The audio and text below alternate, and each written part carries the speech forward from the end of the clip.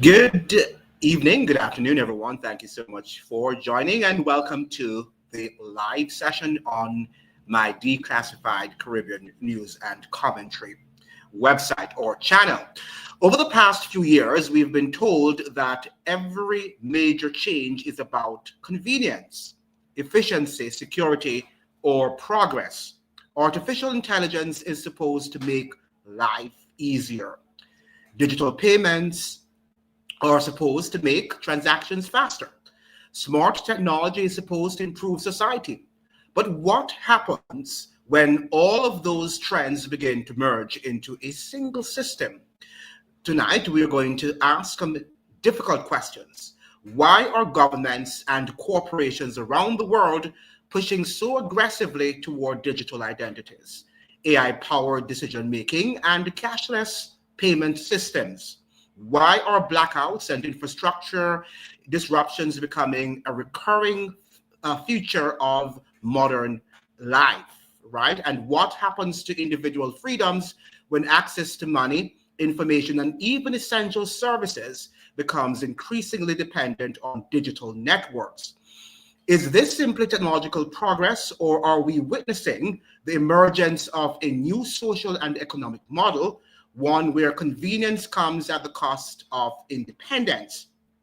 From the Caribbean to North America, from Europe to Asia, major institutions are discussing digital currencies, AI governance, biometric identification, and the future of human labor. These developments are no longer theoretical. They're happening right now, and they will affect every one of us. Tonight, we'll examine the facts, separate speculation from reality, and explore what the future may look like if current trends continue. So here's the question I want everyone to think about. If tomorrow there were no cash, every transaction was digital, AI monitored major decisions, and a blackout shut down the system for several days, how prepared would you be? And we have to ask these questions. Let me know in the chat where you're joining from, and let's begin this important discussion. And yes, this is a very important discussion that we're having because good afternoon, David Frater, and everyone on the platform. Let's join the conversation and begin right now. Now, there is an article here from the United Nations, and we have to be wary of what we hear from the news in media. But when you hear these articles and commentaries written from these major organizations like the United Nations, the WEF, that's the World Economic Forum, you've got to sit up and pay attention. Now, it says here on United Nations, UN warns of rising internet shutdowns as digital blackouts spread worldwide. Okay, so one of the things that might be upcoming is not only blackouts, but there's going to be an internet shutdown, lockdown, if you will. And already they're suggesting that in Cuba, in Iran, and other countries, this is something that is regular, right? Internet shutdown, lockdowns, right? So you will find that you won't be able to go, and go on your AI chat GPT or check your internet online. Everything will be totally shut down. So here's the article that was being written.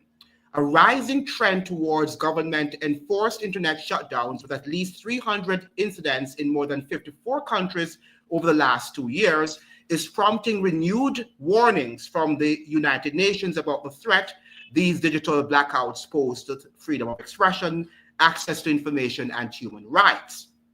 In a statement issued this week, UNESCO said governments are increasingly cutting internet access during protests, right? So they're cutting internet access during protests. Elections, right? Elections, so when you're having elections, that could also be the case, and times of crisis, despite the central role online connectivity plays in democratic participation and the exercise of basic rights. The agency noted that 2024 was the worst year on record for internet shutdowns since 2016, citing data from civil society monitoring group Access Now. It warned that the trend has continued into 2026, with blanket shutdowns already imposed in several countries facing major demonstrations or electoral processes. Okay, access to information is an integral part of the universal right to freedom of expression, UNESCO said, stressing that internet connectivity is also essential for other rights, including education, freedom of association and assembly, and participation in social, cultural, and political life. It called on governments to adopt policies that facilitate access rather than erect barriers to connectivity. Internet disruptions also fuel misinformation when journalists, media outlets, and public authorities are cut off from digital channels. Verified information becomes harder to access, creating space for rumors and unverified content to spread. So here we're just not hearing of just a good afternoon. We're not hearing of just a blackout in terms of an electric blackout. We are also hearing of blackout, internet blackouts or shutdowns. And they're suggesting that this can happen during protests. So if we are protesting against government injustices or something that the government has done, then they can shut down the internet, whatever live you are actually having, whatever information that you'd like to disperse, all of these things can be shut down. Now, how are we going to be able to access credible information or information other than the government is giving us? These are some of the questions we have to ask ourselves. Now, the WEF also, that's the World Economic Forum, also wrote an article, and this was quite recent, cyber resilience in the electricity industry. So we're talking about cyber resilience. The fourth industrial revolution brings with it a rapidly growing need for energy to sustain global digitalization and interconnectivity, including a proliferation of connection devices and petabytes or petabytes of data. Now, maintaining resilience across the ecosystem is a challenge for all organizations and a significant priority for critical infrastructure sectors, such as in the electricity ecosystem. A large-scale blackout would have socioeconomic ramifications for households, businesses, critical institutions, and activities. So they're already telling us that there are going to be blackouts, right? So we need to get ready for that. And that's why they're talking about developing this resilience. Now, you might think that it means something else, but what they're telling us that we have to become adapted to these things.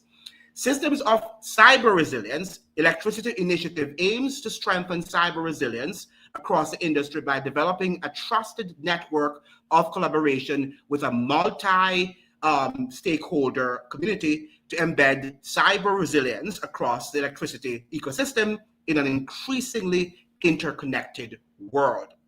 Now, I was also reading an article, for those of you who do not know, which was suggesting that we might also have blackouts which could be global, right? What if we should have a global blackout, right? And then how are we going to even survive with an entire system that might collapse on us? These are things that we have to think about. Now, Fortune newspaper, Fortune, for those of you who read and you read widely, Fortune has an article here, and the title is America's Grid is Reeling. General Motors offers itself as a distributed utility in disguise. This is what it's suggesting, the article here is suggesting. I might not be able to put up the article because it's telling me that I have to subscribe. To subscribe. Let me see if I can say allow, and it will allow me to get into the article. But essentially, it was suggesting that the United States system needs to be actually modernized. And many US citizens are going to be also within that problem of having frequent blackouts. They're suggesting that these blackouts could last for hours or for days, right? Think about a blackout lasting. Well, we know that the blackout in Jamaica, for example, lasted for 8-9 hours, right? And they're telling us that some lasted in Spain, for example, and Portugal, it lasted maybe for 12 or more hours, right? So we are talking about things in your electricity that you probably need refrigeration and lots of other things that could be impacted. People's businesses, right? So if you're running a business in terms of a food business or whatever business you're running, we know we need electricity. And if we have blackouts for many hours, it could create a lot of problems. I remember in Jamaica last week when they had the blackout, that this guy who had his jerk chicken business suggested that the jerk chicken that he had that were already jerked could not be preserved.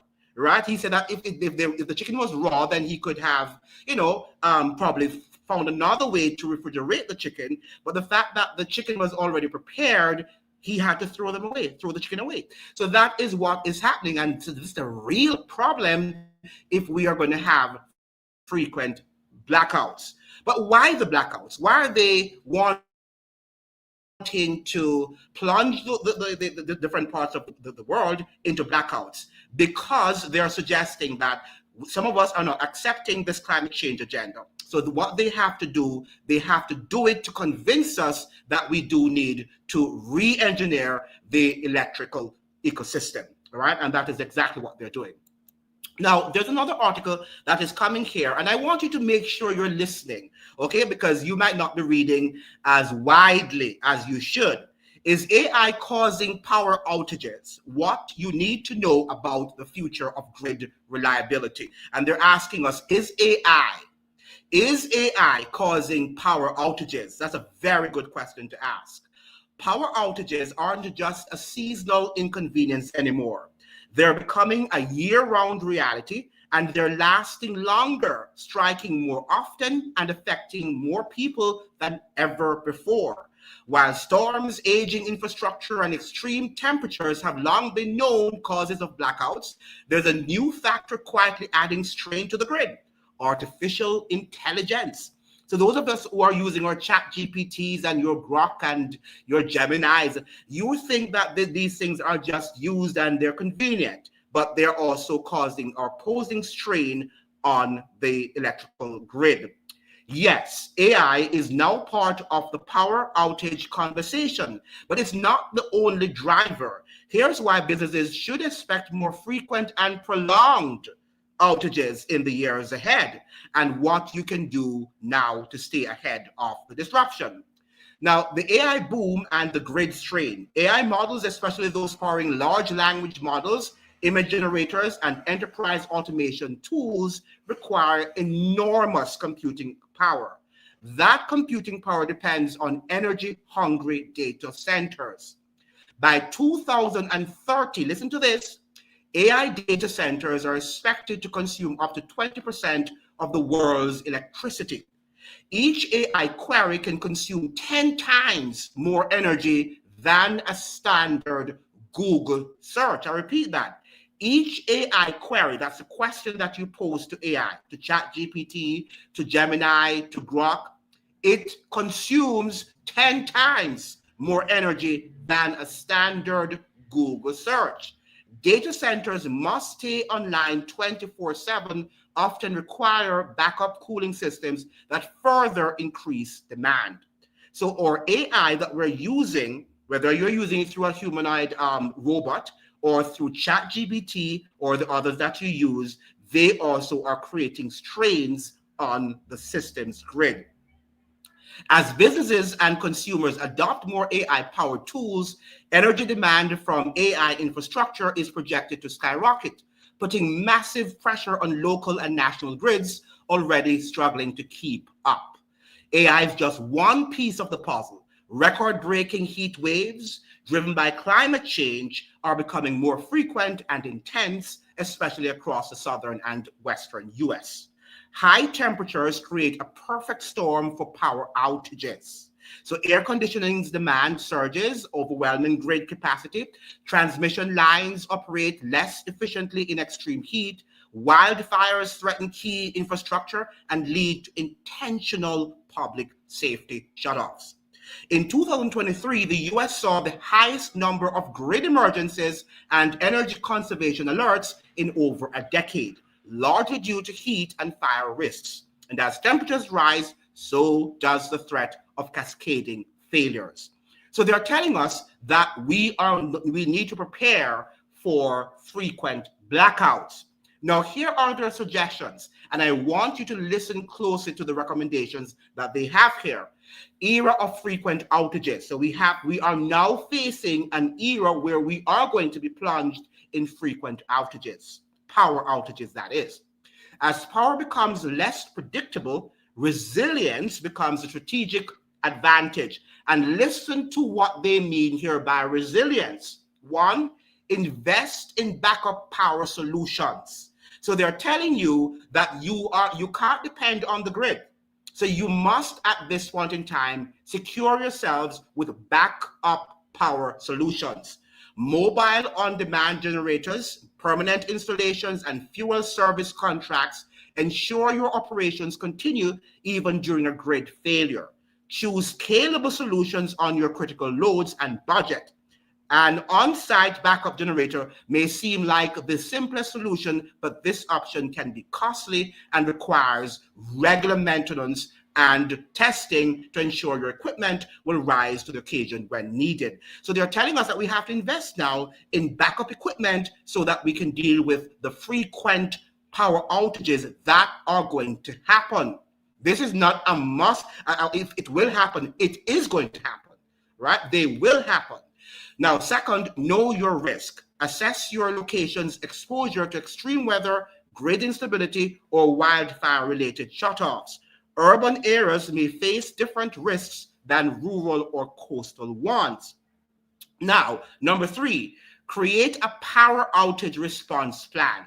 Make sure your business continuity plan includes detailed steps for power loss, including emergency communication protocols, system failovers, fuel and generator maintenance schedules, and remote work contingencies. And number four, test, train, and review regularly. Run simulations and tabletop exercises that account for long-term outages. Confirm your plan works for an outage that lasts hours or even days. Reduce your grid dependence. Consider options like battery storage, solar power, or hybrid energy systems for essential operations. Reduce demand helps you ride out outages and reduce downtime. So these are, we should say, some very good, recommendations that they're telling us about. But the fact is, how are we going to do that? I think that this is going to be a business. For those of you who know the Dominican Republic, the DR, I think, is like the standard of where they're going.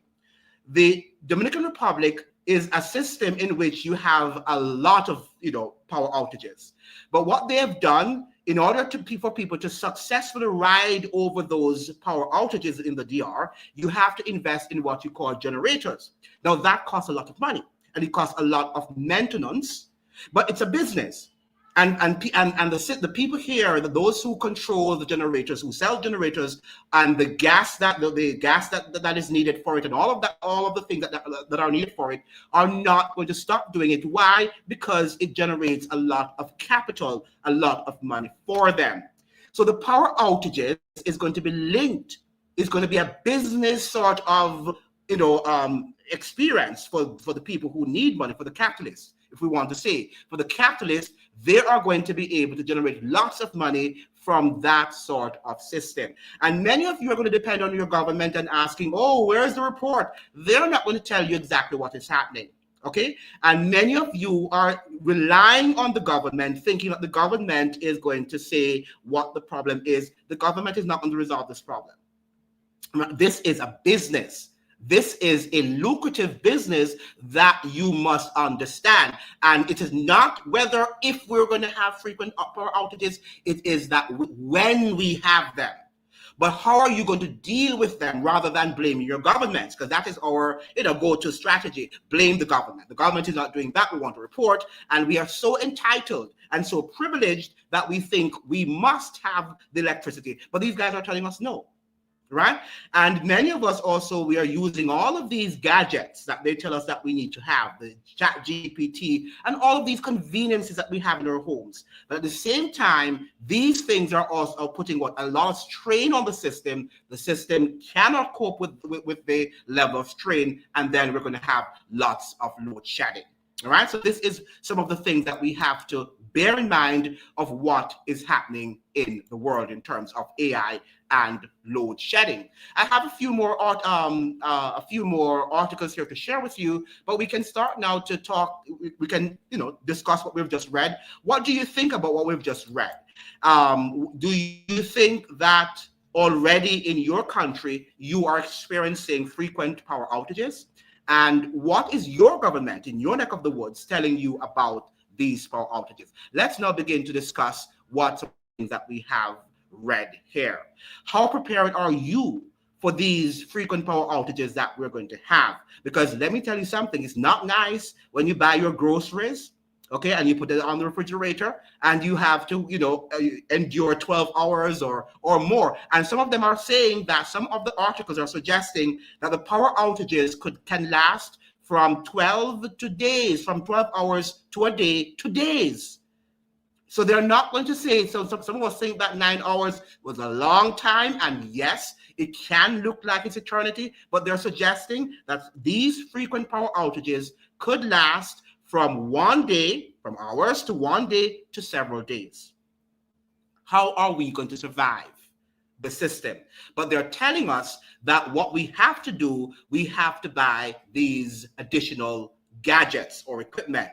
I noticed in Jamaica that they're now advertising a lot these solar fans, right? And the fans have like radio, FM, stereo, all of these things attached to these fans, these solar fans. So these are the things that they are going to sell us, and we have to buy additional things to secure our homes and to power up our homes when these power outages go. But how are we going to power up our refrigerator and other things that you might need to survive? These are some of the questions that we have to ask ourselves. And Monty is saying here, alternative energy, solar, hand crank devices. Yes, I think that we know as citizens, we have to now research for ourselves what alternative system of energy we are going to adapt to. What they're suggesting is if you are going to depend on the government system, that you will have to buy additional things in order to survive. People who cannot buy these additional, gadgets, equipment, whatever you call them, I think they call themselves the ESVs or what they call these equipment, then you will have to make sure that you educate yourselves in terms of how you can adapt or, transition into solar energy for yourselves. I am saying to us now, we cannot rely on the government. And many of us are still relying on government. Yes, we put them in office and they should be providing the services for us. But we have long said that government is now working with the private sector, with corporations, and this is what they are going to do. I'm going to read you an article that might really cause you to shake in terms of what some of these corporations like Microsoft and these people are suggesting. They're saying that they don't care about the environment. They want to go along with AI. Even if AI is damaging the environment, they're saying that they are not going to stop it. All right. And these are the same guys who are going to turn around and sell us additional things so that we can power up our houses. But the fact of the matter is that, they're making lots of money. And at the same time, we are going to be inconvenienced. Something that we have to think about, and do not wait until these things happen and think the government is going to help us. Using the old ways, open the cooking, etc., open fire cooking as well. Many of these in the United States and some of these more lawful countries or that are more restrictive, they're not going to allow you to use open fire. Right? They're not going to, so if you're in the country maybe and you have a big yard, perhaps you can do some of that. But in some cases, the government or the municipality might not allow you to have open fire, cooking, which I think we need to go back and adapt ourselves to some of these old ways of lifestyle. Okay, because if you're living in these large cities, you are going to find yourselves having to pay a huge amount of money to power up your homes and to ensure that you always have electricity at 24 hours, 24/7. And this is what is going to happen to us. Now, let me see if I could read another article here that was quite interesting because I read quite a bit and I wanted to be more interactive now because this probably is one of the most serious lives that we're having. So make sure you're liking it and you're sharing it with other people because we are going to have frequent blackouts. All right. There's no doubt about it. Right. And NBC is reporting on these things. The Breaking Point is reporting on these things. Now, listen to this article here. Look at what they're saying here, and our taxes are going to also go up because they are telling us that they have to now, improve on the power system, even though it's not reliable. So I mean, make that make sense. They're going to improve. Listen to what they're saying here. This is from Rystad Energy. Rystad Energy. Sorry. Enable or inhibit power grids key to the energy transition require 3.1 trillion. Listen to that, what I'm saying. Power grids key to the energy transition require $3.1 trillion in investments by 2030. So expect our taxes to go up. That's a lot of money. Listen to what they're saying here. And this was written actually on February the 15th, 2024. So that's a long time ago, 2 years ago. Renewable energy developments continue to at breakneck speed, with $744 billion to be spent on new capacity in 2024.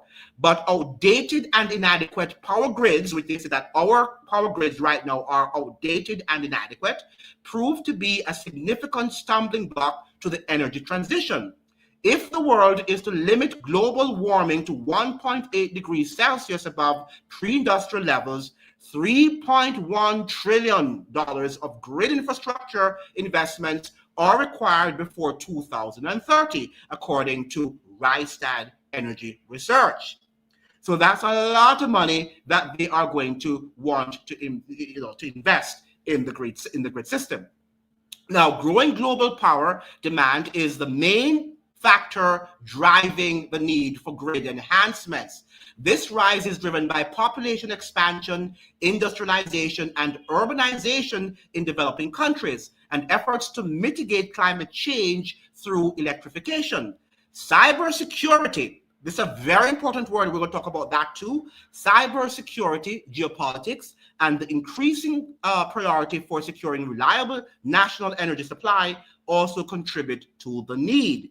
Yet inefficient regulatory frameworks could significantly delay grid developments and in turn the energy transition. So this is a lot of money that they're suggesting, and they're already talking about cybersecurity. And that's one of the reasons why they need to get off the grid system that we have now and to make a more modern one due to cyber. They want to mitigate, as they're suggesting, cyber attacks. Okay, so these are some of the things that we have to watch. We have to look at what is happening and say, where are we heading? Where are we heading with all of these power outages? And when they tell us and they report to us, we believe what they say, but they're not telling us the truth, right? They are not telling us really what is happening and what the agenda is. And many of you are settling for superficial reasoning and news, thinking that that is what is going to solve the problem. But it's not. Now we have Jesus is here saying, why don't the government of Jamaica use waste to energy to supply JPS with energy to make it cheaper to JPS consumers? And that's the point of the live Jesus. The point of the live is to say that they don't want anything that is going to be cheap for us. They want things that, one, will control us. And when the new system that they're about to establish is that they are making these grids now a surveillance tools of surveillance. So when they talk about cybersecurity, that's exactly what they're talking about. So even through your grids now, the smart grids, we are going to be surveilled. Everything that we do. So everything, they're resetting the system. And let me just say something to you. What is happening in Jamaica and around the world with regard to these power outages, they are stress testing the system. And they're looking at how we are responding to it. And I can tell you, many of us are not responding well. Why? Lack of knowledge. So that's one, Jesus. One is that they want to control. They want a system of control. That's one. Secondly, they want a system that is built on money making, that we have to buy additional things, okay, so that we can be able to power up our homes and our gadgets. So that's the agenda. Waste to energy means turning garbage into energy and supplying it to JPS. They could do these things. Absolutely. They could do these things. And, there was an Indian Jamaican, years ago, he came to a conference in Washington, D.C., and he wrote a book. He wrote a book on how Jamaica could actually become energy independent. And he said that they didn't want to hear that, right? They didn't want to hear that. He wrote an entire book giving step by step, and I read it. I read the book. I attended the conference, read the book, and I thought that his suggestions were very intelligent and were very practical. However, the government of Jamaica, which is tied to big business, will not want to do it. Another thing we have to watch is the Agenda 2030 objective. Remember now that the United Nations and the World Economic Forum have their agenda for 2030.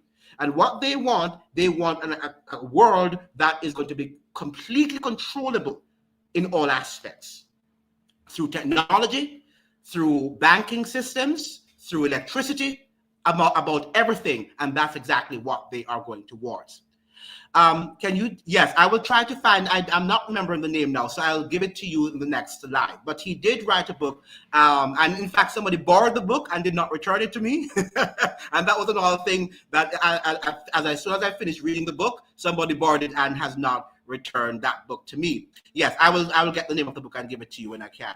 Yes, it was a very well, and the guy came and he really gave a very solid conference. But the government of Jamaica, he says, just did not want to read it, because all of our governments are also on board with the WEF, the World Economic Forum, the United Nations, and their agenda. Now, let me just be very clear too. Some of our governments are not aware of every little thing that they're doing, right? They are not clearly aware of the agenda. Some of them are doing it because they think it sounds good, right? So we can't blame every member of the government, that all of them are aware of the agenda.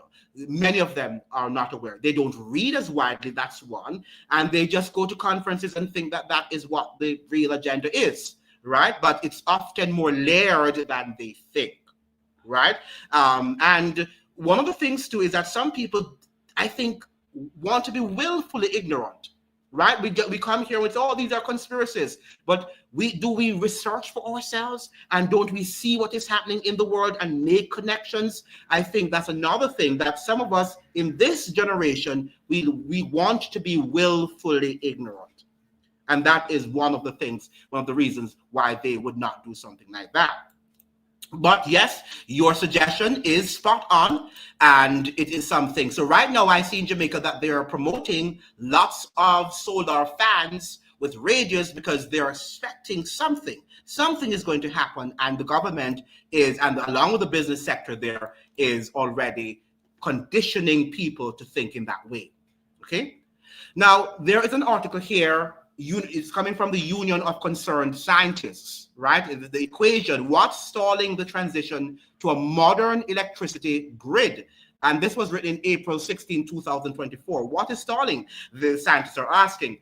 Much of our electricity system is 50 to 70 years old, yet current plans for domestic manufacturing, electric vehicle fleets, community solar gardens, and more clear energy all depend on a modern grid. New demands for electricity and the need to reduce climate changing emissions are driving new grid planning efforts. The obstacles to new technology and more effective investments need to be addressed. How do we do this, and how well it happens depends on planning and collaboration across local, state, and federal government. That's in the United States, right? So the ability of the current U.S. power grid to handle growth in electricity demand is in doubt. So even in the United States, many people there are going to receive a lot of power outages. They're going to have a lot of power outages. We're already having blackouts, the extreme cold weather due to electric supplies dependent on an antiquated gas industry. Local supply limits on the grid are causing delays for big new users of electricity, such as data centers, where the AI system is, and new US manufacturing, internet communications, AI services, and cryptocurrency mining creates city-sized demands for electricity. Smaller decentralized growth in electric heat pumps for buildings and electric transportation placing fossil fuels also require more access to electricity and a modern grid. What I find ironic, I'm not sure if you guys are finding that, is all of these new things that they want us to do, this new source of energy. At the same time, all of these things are putting more stress on the grid, right? So it's the opposite of what they're saying when they're telling us that they want to reduce all of these, for climate change, reduce the temperature, right, to 1.8 degrees Celsius. Is that what they said the temperature should be? I mean, when you look at what they're saying, it sounds good, but it's doing the opposite of what they say they want to achieve. It's creating much more energy or using up much more energy, which is going to cost the government more, put more strain on the system, and then we are going to be the ones to have to, replace or to, to replace a modern system, right? So the government needs to sit down and we need to have a debate. The problem is that people don't want to debate. They want to say that this is where we need to go. Right? And they don't care if we don't have electricity because they themselves, they know how to power up their system. So they're not concerned about the population. Okay? But we understand, as many of you know, that this is an element of control. Yes, it's an Indian name. He was actually an Indian. I can't remember his name. I read that book was written probably from 2000, early 2000. I knew the conference was like 2003 or 2002. So that was a long time ago. So I'm not remembering the name of the text, but I do, if I see it, I will recognize it. Let's look at AI's energy demands, because we use AI, okay? All of us are actually guilty of using AI, right? Many of us use ChatGPT, we use Grok, we use Gemini for information. But do you know that they're saying that let's just say that you ask, ChatGPT to craft an email, and on a 100-worded email that you ask, ChatGPT or Grok or whomever you ask to do it, that will cost a bottle of water. It's equivalent to a bottle of water to cool the system down and everything and to generate the power. So can you imagine if when we're asking ChatGPT multiple questions, and they're already saying that ChatGPT and these AI, equivalent technologies use 10 times more energy than if you had asked Google, if you had, simply asked Google to respond to a question. Right? So these are things that we have to look at. We must understand that the system is a system that we too are guilty of using. And even though they look convenient, but they're making our lives also inconvenient, if you know what I mean. Right? So there's an article here written in Inequality, and it says AI's energy demands are fueling the climate crisis. So they're telling us that we need to to attack climate change, right? And we need solutions to combat the climate crisis. Yet still, they're telling us again, the AI energy demands, these are the things fueling the climate crisis. I mean, these are so contradictory. Okay. Texas's electrical grid made national headlines in the winter of 2021 when the state experienced statewide power outages. The Electric Reliability Council of Texas, that's the ERCOT, the state's power grid operator, was caught completely off guard when a winter storm exposed the organization's lack of severe weather preparedness. Embarrassed, ERCOT developed a roadmap to increase the reliability of its energy delivery system. But guaranteeing a reliable flow of energy from the state's generating plants to the homes and businesses of Texan residents has proved more difficult than expected. ERCOT recently announced that if a comparable storm were to hit the Lone Star State this winter, there is an 80% chance that they would again experience blackouts during peak hours. Okay, so we have to watch what is happening here, because this is some serious stuff. Failure to resolve Texas's power grid bottlenecks is perhaps not entirely ERCOT's fault. Demand for energy in the state has ballooned in recent years, thanks in part to the explosion and hype around artificial intelligence. Okay? A significant expansion in the supply of data centers is needed to meet artificial intelligence demand, because the systems rely on vast computational power. AI systems are energy hungry. For example, a query using ChatGPT takes 10 times the energy of a traditional Google search. So we are in some ways guilty as charged, because we use AI quite frequently and we ask them multiple questions 24/7, right? So there are approximately 342 data centers currently operating in Texas. Running these systems nonstop daily for 24 hours requires a gargantuan amount of electricity. As a result, ERCOT has intensified data centers as presenting a potential energy emergency alert risk at night and during early morning hours this winter.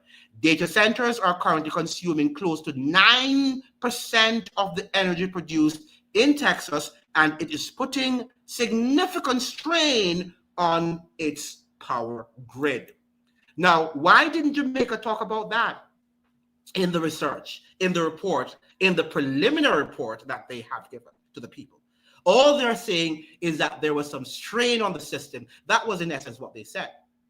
But the government is not going to tell you about AI, and that these are some of the things that are creating, of course the system is outdated and things need to be done. What is not happening with this climate change agenda is the robust research that we need from both sides of the political spectrum. What they're just giving us that this is science. And we, just like the vaccines, we can't debate and come to a serious analysis and offer recommendations. And that is why, Jesus, I'm telling you that even though that guy wrote his book and there were some very great recommendations that he made, the government is not going to listen to him, because the solutions coming from the United Nations, from the World Economic Forum, and from these billionaires who are going to invest in these equipment, solar equipment, these systems to back up their power system, where they're going to make millions of dollars, they are not going to improve on the system at all. Okay, so we can talk all we want to talk. I'm just here trying to alert you for you to understand that this is no ordinary times, and that you cannot rely on the government for for powering up your homes. So you have to seek ways in which, if these things happen in your neck of the woods, let us say we have a winter coming up, for those of you in the States. In the Caribbean, they're telling us about El Nino, and it's going to be very hot. Okay, extremely hotter than normal. How are you going to power up your homes to cool yourself? But already they have, I'm telling you, they already have these solar fans, but they're expensive for the average Joe, right? The average Joe who can't buy food might not want to invest in that, but it's something that is important, because you can't live with the heat. Right, that is going to happen, as they're suggesting. For those who are in the colder climes, the colder temperatures, you might also want to think about having these backup system if your electric power should go for hours. They're suggesting that they can go from what? From hours to a day to several days, right? How would you cope? How would you cope under such grueling circumstances? Now, these are some of the things that you need to ask. Okay, I'm not hearing anything from you. I would have hoped that you're listening, and this should be something that should be piquing, as it were, your interest, because this is a very important live. Make sure you're liking the live and you're sending the live to other people so that they can come on the platform and learn something, because it's going to happen. This is not about if it's going to happen. This is when it's going to happen. It's already happening. It's already happening. And many of you are getting just scared, and you think that the government is going to help you to solve the problem that was there. Okay, now already we're hearing that people like the Darren Vaz of Jamaica, he's suggesting that what should be done is that the public service company should reimburse people who might have lost. Let us say he was given an instance where people had concerts that they had sold out tickets on Friday night when the electric went in Jamaica, and he's saying that they should be compensated. We need much more than sorry, that they're sorry for the power outages. But do you think that that company is going to be going to compensate us for a loss of power? No, they're not going to do it. Right? So lovely. And it's wonderful for him to make those recommendations, but they are not going to do it. Right? Because the system is designed that way. When you look at Jamaica, for example, where you have the JPS, the Jamaica Public Service Company, that is a monopoly, and that after the hurricane, it's a private company, and after Hurricane Melissa, the government of Jamaica, right, had to give that private company over $150 million, right, to be able to deal with the loss of electricity across the island for those who are affected and impacted by Hurricane Melissa. So that should tell you that the government is not on your side, and that they are going to eventually tell us that we have to pay more taxes, we have to give them more money so that they can improve on the system. Now, the more they improve on the system, ironically, is the more the system fails us. And it's the more we have to buy these backup power systems, right? And for those of us who might have lived in Santo Domingo, in the DR, we understand it. Right? We are going to understand it because it's a business. It's a business. It's not that the DR is not rich enough to improve, and could have improved long years ago on its electrical grid, but it chooses not to do so because other business people selling their generators benefit from the system. Right? So the system is built on money and accruing more money. So that is what we're saying. So yes, you might have good solutions. Yes, you and I might have good recommendations, but they're not. Let us give them to our friends and neighbors and help our friends or neighbors to develop additional or alternative forms or source of energy, because that is the way how we are going to survive. Okay. Stephen is saying, sorry to be late. Yes, I did not receive. Yes, the YouTube is not sending up notification for their live. Okay, so make sure that you're sharing the live with as many people on the platform. We're talking about the new normal. Okay, and many of you think that the pandemic was done and over with. The pandemic has just begun, and they're building every day on this pandemic new normal in terms of power outages and lots of strange and bizarre things that are happening that we ourselves have to question. While Cuba, for example, is going through the crisis and the power outages, they were already developing things like these. Why do you think the United States and the CIA is down there? Do you think it's just because they want a war and they want a complete takeover of the island? And all of the things that we're talking about will be implemented on that island. So already the Microsoft and all of them, the Bill Gates and these people are ready, and the oil companies are ready to go down there to take the island and to do what they want to make it into a business, as they have the other islands doing for them. Okay, so this is what it's about. And I am wondering, this morning I was walking and I was mulling, just mulling some thoughts in my head. And I thought, I wonder if, the whole matter of Cuba and the United States, I wonder if there was a sort of launch, like an attack on Jamaica from even Cuba, for them to blame Cuba that, that they were, cyber attack, because they're already telling us that we also they have to develop system of mitigating cyber attacks. So they're resetting the system, the power grids. They're telling us that the current ones we have, they are not able to prevent or mitigate cyber attacks. And they're already talking about cybersecurity. So I'm wondering, could it be that Cuba is launching that on Jamaica, right? The United States is going to say, oh, the cyber attack, and that they need to protect Jamaica from cyber attacks, because these things can happen. Whether or not Cuba is on it or not, these things can happen, because that's how the United States justifies wars, by creating them, and then you tell the people that this is a solution. Right? So we have to think from all sides now. We can't just think as regular people think. We've got to look beyond, beneath, and think. You can't stop thinking right now. For those of you who drink and whatever, I would say stop the drinking now, because they're attacking us from every side. And now is the time that you have to think from all angles. You just have to think.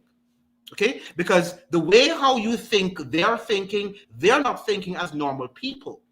Right? These people are not normal. These people, the Bible says, the root of the love of money is the root of all evil. And when people love money, they'll do anything.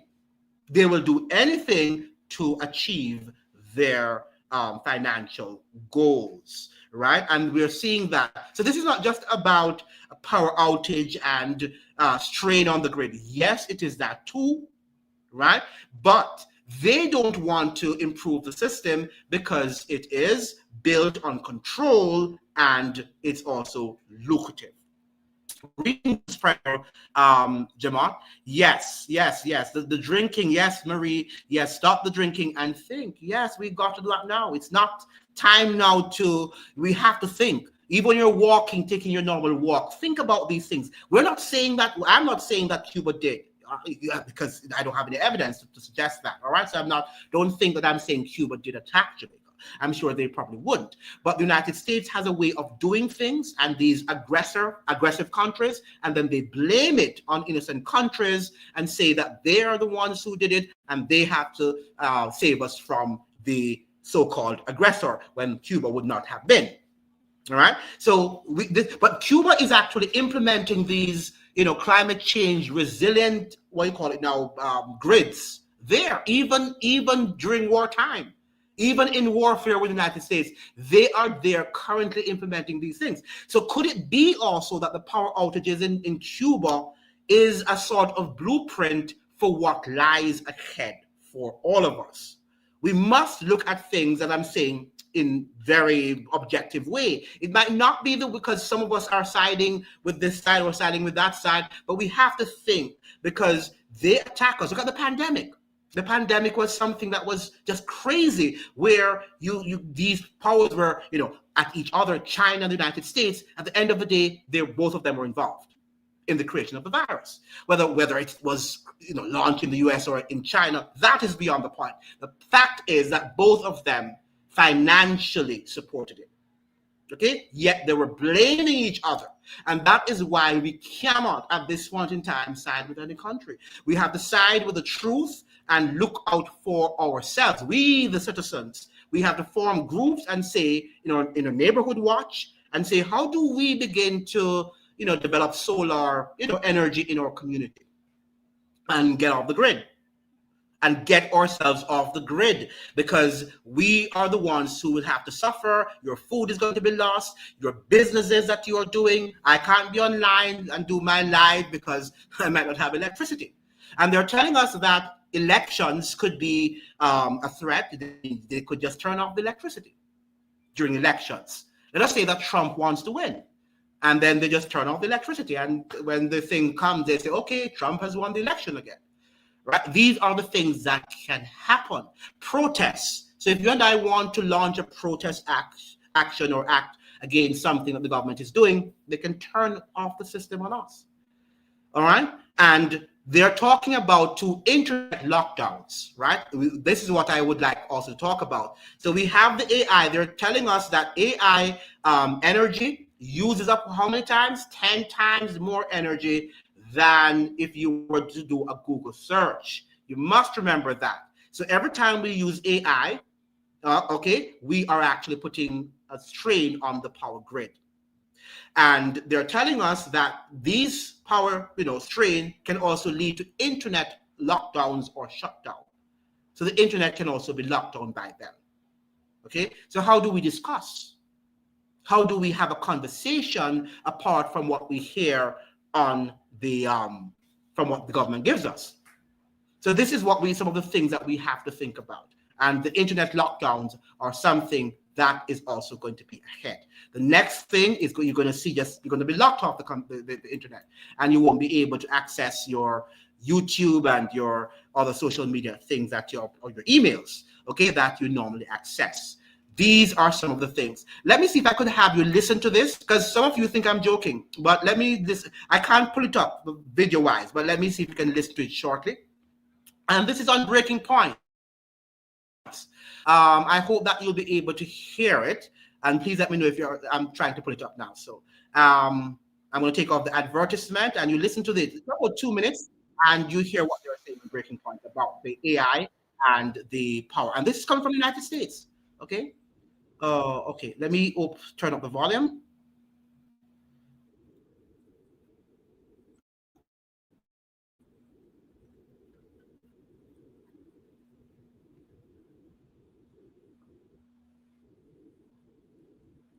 Can you hear?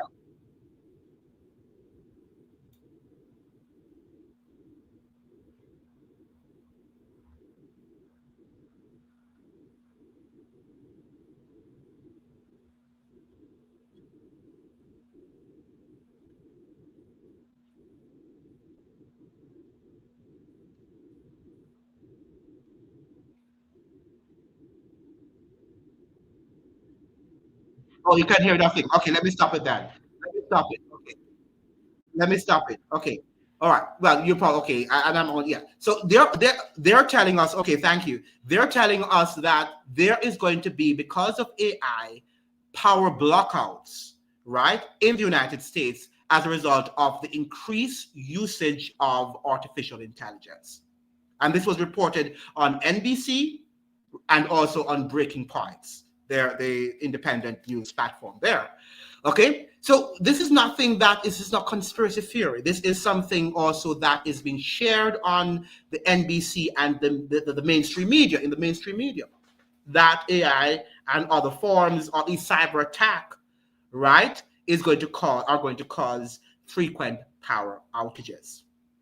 How are we prepared for those things that lie ahead? Or are we just thinking that they're going to happen, we react to them, expect our government will solve the problem, when they are not going to solve the problem? Ladies and gentlemen, this is not business as usual. We're not living in normal times, and it's very difficult to communicate that to you. Many of you are still thinking that you just rely on your governments, and the governments are going to solve the problems, and then you go on back on your merry way and you enjoy life. But I'm saying to you that they're conditioning us already.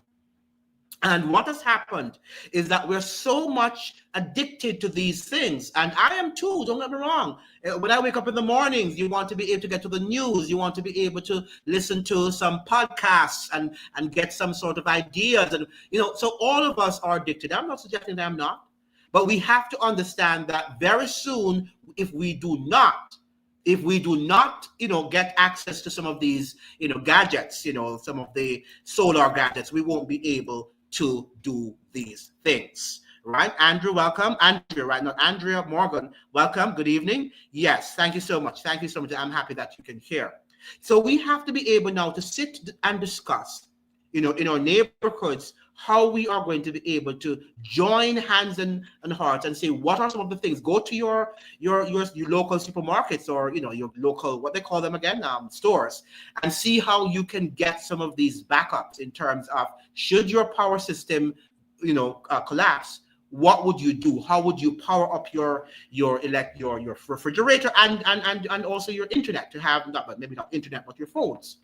Okay, but one of the things I heard in Jamaica, and you could correct me, those of you who were there during the blackouts, I understand that they did not have access to their phones too. Their phones went, right? Even though some of them had power, their phones were powered up, right? But they couldn't access it. It was a total blackout. And this is what we're seeing now, that we're not living. The only thing perhaps they probably could listen to was some radio station, and they have these radio stations, these stereo FM, whatever, on your solar fans, my understanding. So it's not going to just affect just electricity, the internet, right, and other things that will be affected. And what if you have young children, you have a baby in your home? My God, you have to make sure that you have some electricity, right? Especially if it's too warm or it's too cold. right? So these are things that we have to think about, and we can't wait until these things happen. It's better that we are prepared, okay, than not. Better that we are prepared than not. For those of you who are joining, we are dealing with new normal. We are living in now a new world. We are in the new world order, by the way. For those of you who don't know, we are in the new world order. In fact, I would suggest that it started from 9/11. From 9/11, when Bush said you either are with us or you are against us, and the war on terror, that was a new world order that we're living under. Then we had the financial collapse of 2008. Right? That was also a new world order. President Obama went and he actually gave money to the people who started who destroyed the economy, who wrecked the economy. Right? That was a new world order. Then we had the pandemic. That was also a part of the new world order. Now we have the fourth industrial revolution of AI and the blackouts, the frequent blackouts that it is going to cause. And Jamaica had one last Friday night, and they had another fresh one on 2 days afterwards. Right? It was not long, but it actually there was a blackout. Okay, there was a blackout. I think it was on on June 9th. On June 9th. Okay, so be prepared. Be prepared. Yes, you are saying President Mark that it started from 47, right? But I'm saying the radical manner in which this world has changed, I would say, started after 9/11, because they now told us, as President Mark, even though they were doing it before, they were now telling us that we don't have to hide these things anymore, right? We're going to tell them that this is what it is, and you're either with us or you are against us. In other words, Bush was saying there's no debate. We didn't have any debate for 9/11. We didn't have any debate for the financial collapse. No debate whatsoever. No debate for the pandemic. All right, no debates whatsoever. We had to do what the government told us to do. And those people who should be bailed out in 2008, Obama did what he had to do without any sort of debates as to why these guys merited the money that they had gotten when they were the ones who were guilty for wrecking the world's economy. Right? So this is the sort of age we're living in. And so I'm saying now that we are already living in the new world order. And then Trump now has added more fuel to the fire. And we're seeing the nakedness of the new world order right before our eyes. And now they're on their way to accomplishing the 2030 global objective. And the power outages are a part of that. It was always just eyes opening now, and people will be puzzled. One of the things I find about the world, and it's very, very concerning, is that, yes, people do have some knowledge here and there. The problem is that people are not able to connect the knowledge and to be able to come up with something that is definitive. I think people, boast their knowledge, and people have knowledge a little here and they are sound impressive. But we have to be able to connect the dots now. And let us say, for example, during the pandemic, you had people who were against what they were doing. Yet, as soon as the pandemic, was over, we can say that the same people who were against what the authoritarianism of the state, when the whole matter of the war in Ukraine started, people went and they took camps again. The war in Iran, the war on Cuba, the war in Venezuela, people went and they took camps, rather than looking objectively at the system and see how much the system is interconnected. Right? And that's why we'll never be able to unite, because we have people are just siding with this, siding with that, and we do not know behind the scenes that many of the same people who are pretending as if they want us to have freedoms are the same ones who are causing the problem. Right? Same people causing the problem. It's interesting. The same people who sent Barack Obama to power, right? The financiers, Wall Street, who actually, sent him to power. They are the same ones who were giving him a script of saying that we need to tax the wealthy and we need to do this to the wealthy. At the same time, these people are the ones who wrecked the economy. Yet they sent Barack Obama there, but they gave him a favor of a script to trick the people, to deceive them to vote for him, which they did twice. Right? Not understanding that he was just using rhetoric. But the people who were controlling him, his enablers, were the same people who wrecked the economy. Could it be that the same people who are talking so nice about Cuba and Cuba needs to be independent and all that stuff and Iran, could these same people be behind some of these New World Order policies? We have to now think. All right, we have to think, and that is why we can't get on human. Don't believe in humans, neither in me. Look closely at what people are saying and see if you can connect the dots, and it makes sense based on the reality you are looking at. Can't connect the dots if we don't identify the they. Yeah, well, we are not going to identify everybody because we are not God, right? But we can see a system. And we know the system, and there are systems, corporate, secret societies, institutions that are part of the system, this demonic system that we can identify. So those are the they. But we can't say that we know all the they, but we know the system. And the Bible said that we shall know them by their fruits. So you look at what organizations and institutions with which they are linked, with which they're connected, and then you're able to say, wow, not that you are going to condemn them, but you understand that you might not be able to trust everything that they say. Pedro de Martin is saying the they must be a group. Yeah, it's a group. It's a group because the system, this is a personality. No, this is a system. And that if we look at the whole developments here as a system, then we will be less interested in personalities and more interested in what are they saying. When you look at the World Economic Forum, the United Nations, Agenda 2030, when you look at their goals and you look at the personalities and what they're saying, then you can say, wow, oh, that guy's talking or that lady's talking about Agenda 2030 or some of the objectives of the United Nations and the World Economic Forum. The sad thing is that many of us think that the United Nations is an innocent institution still. There are many people who think that, when you and I know that they are not, that they are online with the 2030 agenda of sustainability and this resilience. Right? And this resilience and sustainability is the opposite of what they are really doing. They are pushing us into a communistic world. That's what they're doing. And they're stripping us of all our rights, right? And all our possessions. And then you have to be resilient, right? And it's going to be sustainable. And these words don't mean anything, right? It means something to them, because they're going to enslave us, but to the ordinary man and woman, they might think that it means something. It means that we have to build a stronger, more robust system, which that is not necessarily what they are desiring to do.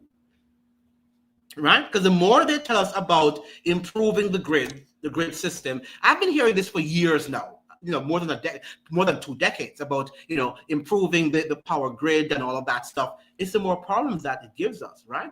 It's the more it's almost like we're moving back, we're regressing, and that is what we have to look at.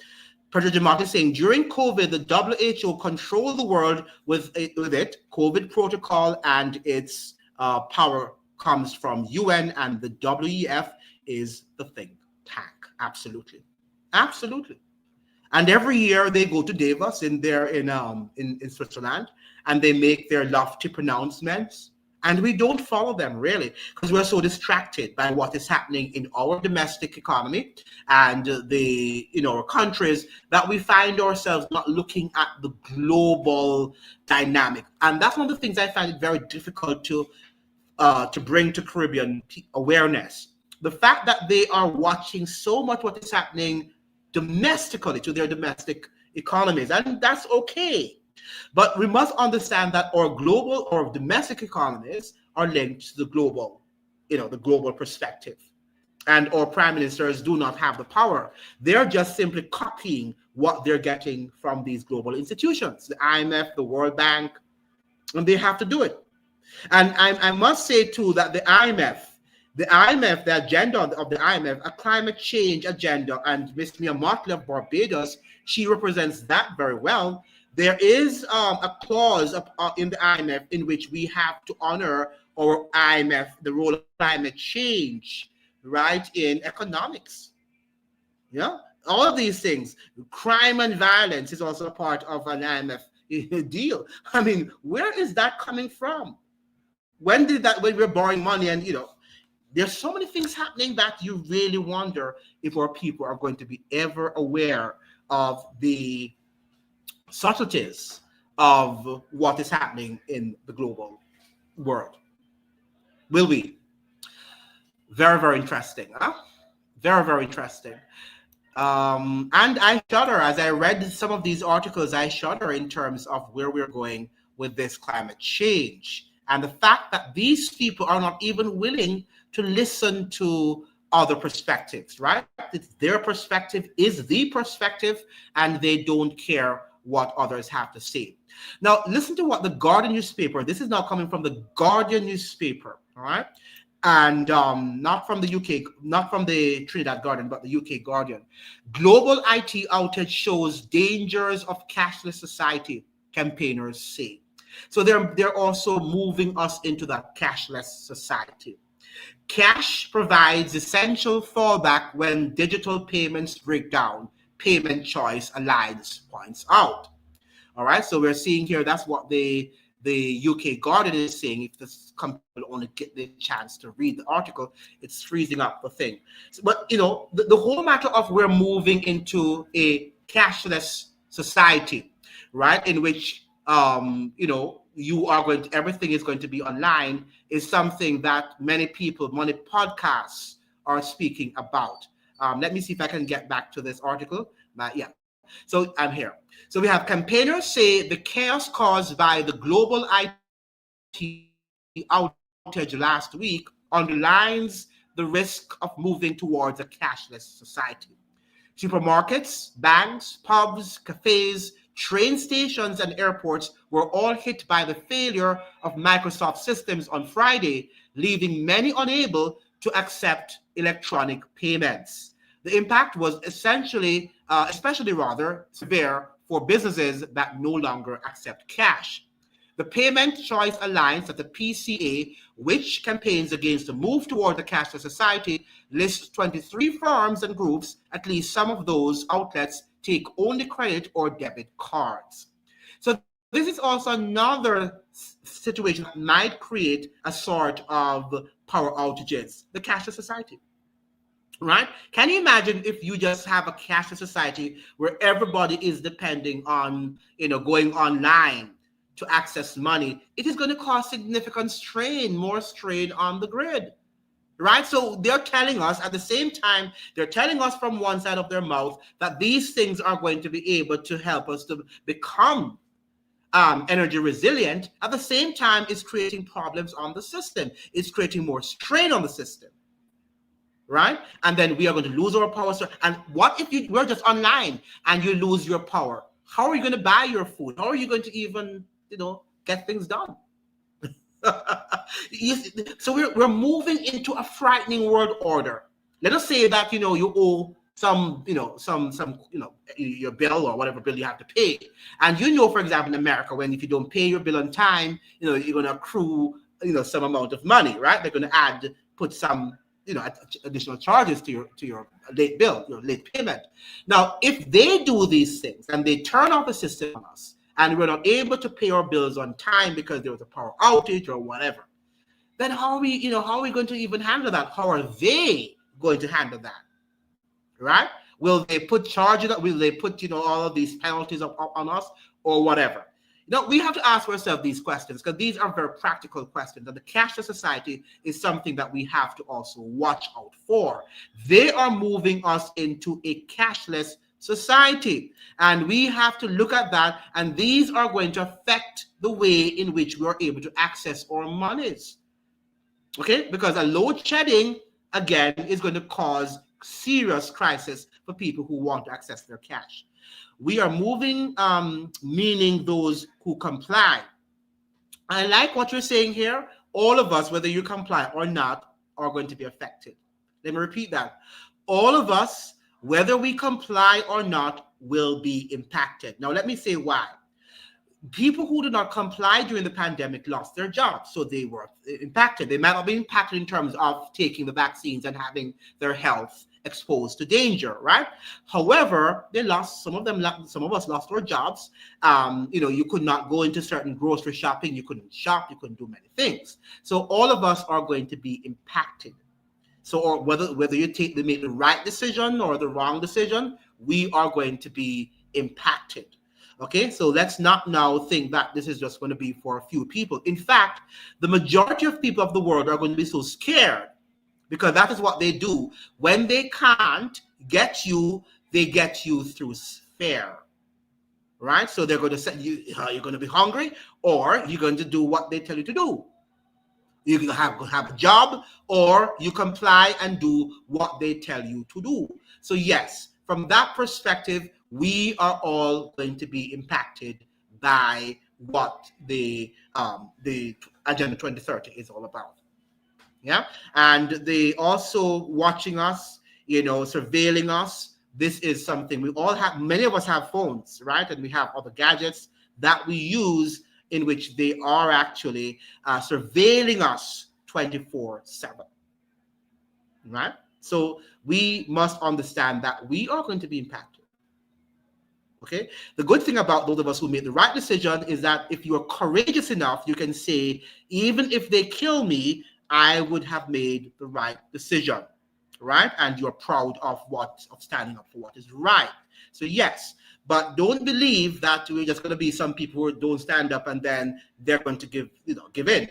It's not going to happen that way, right? They're going to scare us, and then many people fall for fear. People just they can't cope when fear and doom are around them.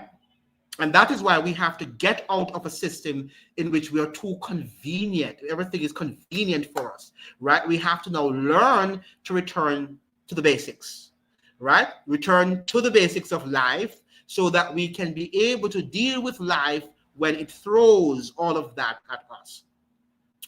Please like the live and share the live with many people so that we can have more people join the live and we can have a more robust discussion on this very important topic. This is the topic that we should be discussing, and we need more robust debates on, right? So I want to hear your perspectives too, and let us join in of how we can become solutions. The government will not listen to us. That's for sure. But definitely your neighbors and your friends and your family members are the ones who you would like to help, and we're here ready to help each other so we can survive. This is going to be about survival, okay? Because this is not now. When we do these things, it's not that we are anti-government. It's just that we are pro-survival, and we know that our government is not there to help. They don't even know us, right? They don't even know you and I. So we are there to help ourselves as much as we can. All right, so that's what we are. We're lawful in everything that we do. We're legally abiding citizens or lawfully abiding citizens. But what we don't want to do is to create any anarchy and to make any sort of, trying to behave as if we're anti-government, because we're not anti-government on this platform by any stretch of the imagination. We recognize the importance of government, but where we can help ourselves, we need to help ourselves as much as possible. And the hurricane season is up on us another time, and these are things that are going to happen to us. We saw in Jamaica recently, millions of dollars were sent to aid the people after Hurricane Melissa. Where is the money? Can't be found, right? It seems like it was never sent to the people. It was sent to the billionaires, or they never sent it from the beginning, right? They just made pledges, right? So we are the ones who will now have to come up with solutions to help ourselves. Pedro Jamot is saying survival is a basic skill, and who ain't developed that skill will be broken, and you are right. I was watching this TikTok video of somebody suggesting that there are no jobs for education uneducated people anymore coming from universities. What they're jobs for people who are skilled, right? They're looking for skills. They're not looking for people like me who are just having these abstract knowledge, right? They want people who can demonstrate skills. Let me listen to Marie saying, we are a bit quiet this evening because it really is an overwhelming challenge. Okay, thank you for telling me that. Just simply purchasing generators or solar panels can require a long period of budgeting and saving. Absolutely. And that is what frightened me, Marie, when I read it. And I said, I have to do a live on this because this is frightening. It's scary. The fact that people will have to, and then I'm seeing lots of advertisements online in which Jamaicans are now, because of the memory of the blackouts, are now actually advertising these solar fans and other things so people can, power up their phones and their whatever they're powering up in their homes. We have Pedro Demotti saying, check Sedima and its purpose. I will do that. And yeah, it is overwhelming. It is overwhelming what is happening with this AI. And I'm guilty too, because I use AI too. You do research and and sometimes to confirm historical fact or whatever, you might check in with it. But the fact of the matter is that using this thing they're suggesting it causes 10. It uses up, it consumes 10 times more energy than just asking Google a question. That is scary. That is scary, right? When you look at that. We have Predator Marty saying, scary when life throws a line, make lemonade. And that is what we need to do. And that's why we're here, right? That is why we're here. We're here to discuss and to see how we can pick our minds and what we have to do to encourage your children. And I, even at my age now, need to start doing that, learning skills in terms of how to build these things. How is it that we went to school and we can't build, most of us can't build a computer, right? When something happens to my computer, I have to take it to a shop. Why don't we learn these useful skills in school? Because we use these things.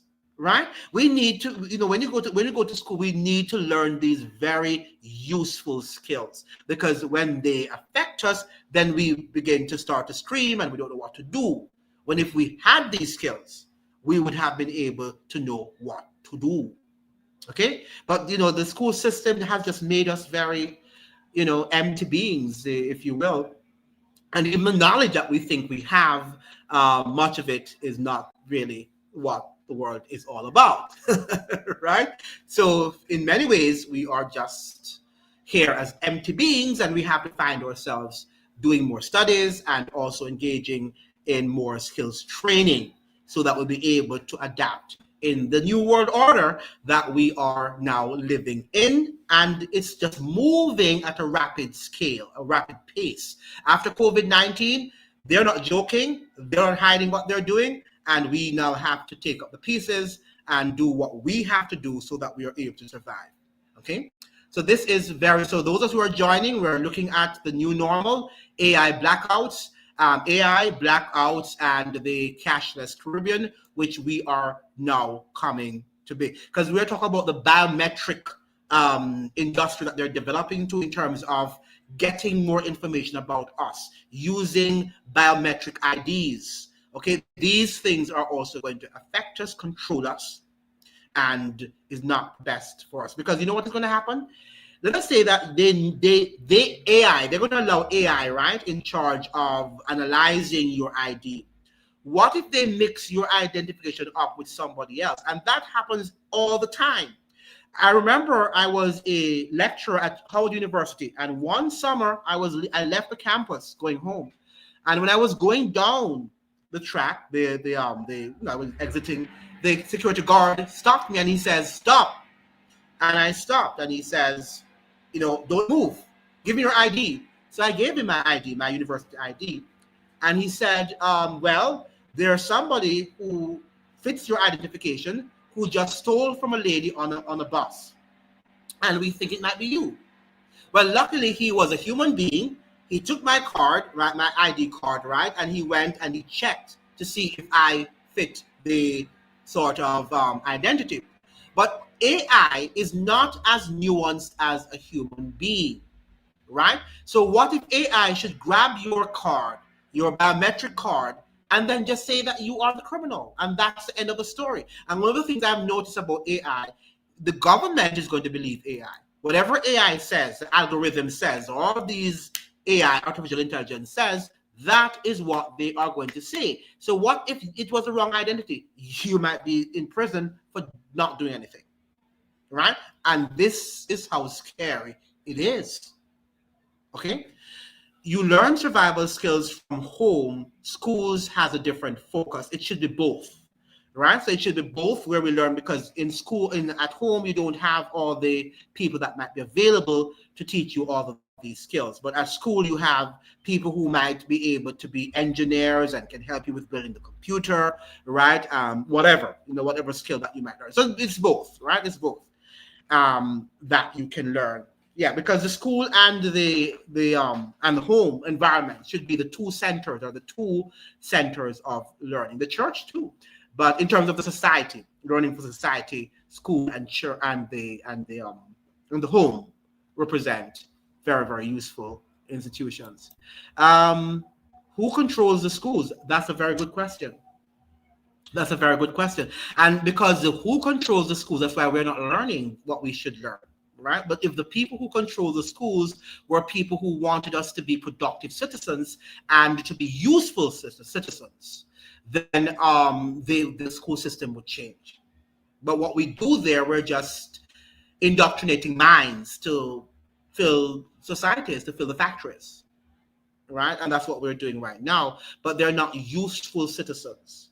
And that's where we have. And we think it's normal to just call everybody for whatever we want, because that's the thing that everybody does. But, that's not useful training, right? We need to be useful. We need to have useful, productive citizens. And many of us, we just train to work for somebody, right? And that's it. That's the world that we're living in right now. And when we're like that, we don't use our minds, because we're just in one field, and we think that that field is the world, right? And that is helping to make us into dummies.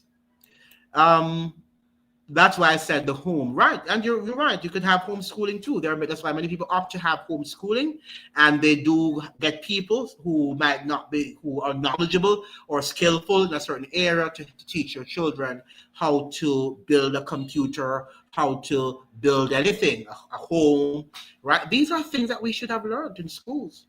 I'm not saying we're going to become excellent masons or, an excellent computer builder, but the part of the computer, how to open it, how to put certain things together, we should know. And many of us, if the truth be told, are not knowledgeable in any of these areas. So when these things, look at the electricity also, we don't know what's going on with that, right? We just know that we have electricity, and when it goes, we want someone to fix it, and to fix it quickly, right? And we don't know anything. We live in the Caribbean. Why don't we know about solar energy, right? We should know about solar energy and how to power up our homes. Even before this crisis that we're facing right now, we should have long learned these things. But the school system never wanted us to, because we must depend on the system, because the system is profitable. The system is designed that way. And that is what I'm suggesting here. But you're right, Jamal, that, having school education, but you also have to have the right school curriculum, home curriculum, to be able to deal with that. NBC that's NBC News. Blackouts imminent as AI strains power grids. Right, that's what the BBC is saying. NBC is saying blackouts, and this was just created some week 2 months ago. Blackouts imminent as AI strains power grids. So even in the United States, they are going to also experience frequent blackouts. This is not just for the Caribbean. This is not just for what you call third world countries or developing countries. It is going to be, we already said that it was on the Iberian Peninsula, there in Spain and also in Portugal, where they had frequent, they had some load shedding, the other day, last year. So this is not going to only be for Caribbean territories, but it's going to be for a world. It's going to be a worldwide phenomenon that people will have to deal with. Great. Any sort of input, any sort of thing? I think that I have exhausted what I wanted to say. Hopefully, I have not left out anything. I've talked about the power outages. I've talked about internet lockdowns, internet power outages, well, internet outages also. And we've spoken about the AI system, creating that. So as they now move us into the artificial intelligence, we're going to see also more power outages. How are we going to be able to deal with that? Because they're telling us that, inevitably we're going to transition now into an AI system. What about transhumanism? I dealt with that yesterday in my video. What about that? Many of you need to go back to that video I published yesterday. In which I said that China, Russia, and the other that power there, China, Russia, and the United States are all, if they are even different, as some people are suggesting that they are different, but they are all on board with everything we're talking about here, right? They're on board on the climate change agenda. They're on board with the transhumanism agenda, right? And of the cashless society. All right, all of these powers. So you can side with them, because at the end of the day, just like the vaccines, you are going to have something being pushed up your arm. Okay, so side with them and think that they're nice. Okay, yes, Pedro Jamont, this is what I want to talk about. You haven't heard of Barbados having a blackout for days a few years ago? No, I never heard about that. What happened? How long did it last for? How long did the blackout in Barbados have? I thought you were referring, are you from Barbados, Pedro? I thought you were referring to there is something, there is a news, I'm not sure if it's true, where they're saying that they have discovered, is it oil and gas off the shores of Barbados? Am I correct? USA is not on the climate change agenda. They are. That's what I'm saying, Pedro. They are. It's a different way. What I explained it to you the other day. What Trump did when he came out of the Paris Agreement is that he rediverted the funds to the WHO. Remember I was saying that, Pedro? I said that he rediverted to Bill Gates, not to WHO, but to Bill Gates and his institutions, his corporations. And because Bill Gates is on the climate change agenda, then the funds are just redirected, but it's the same agenda. It's going towards the same place. Right? And that's why we have to know the subtleties of how. So Trump, from a superficial perspective, is saying that he's not in agreement with it. but right, he has redirected the funds that he would have given to the WHO to Bill Gates and his affiliate organizations. And that is the subtlety of politics. We can never trust them, right? Because they tell us something and then behind the scenes they do another. And that is how Trump is very, very deceptive. Remember now that Trump was also on board with the pandemic and everything that they did in the pandemic. Okay, so the Republicans are on board, but it's a different way that they are showing their support.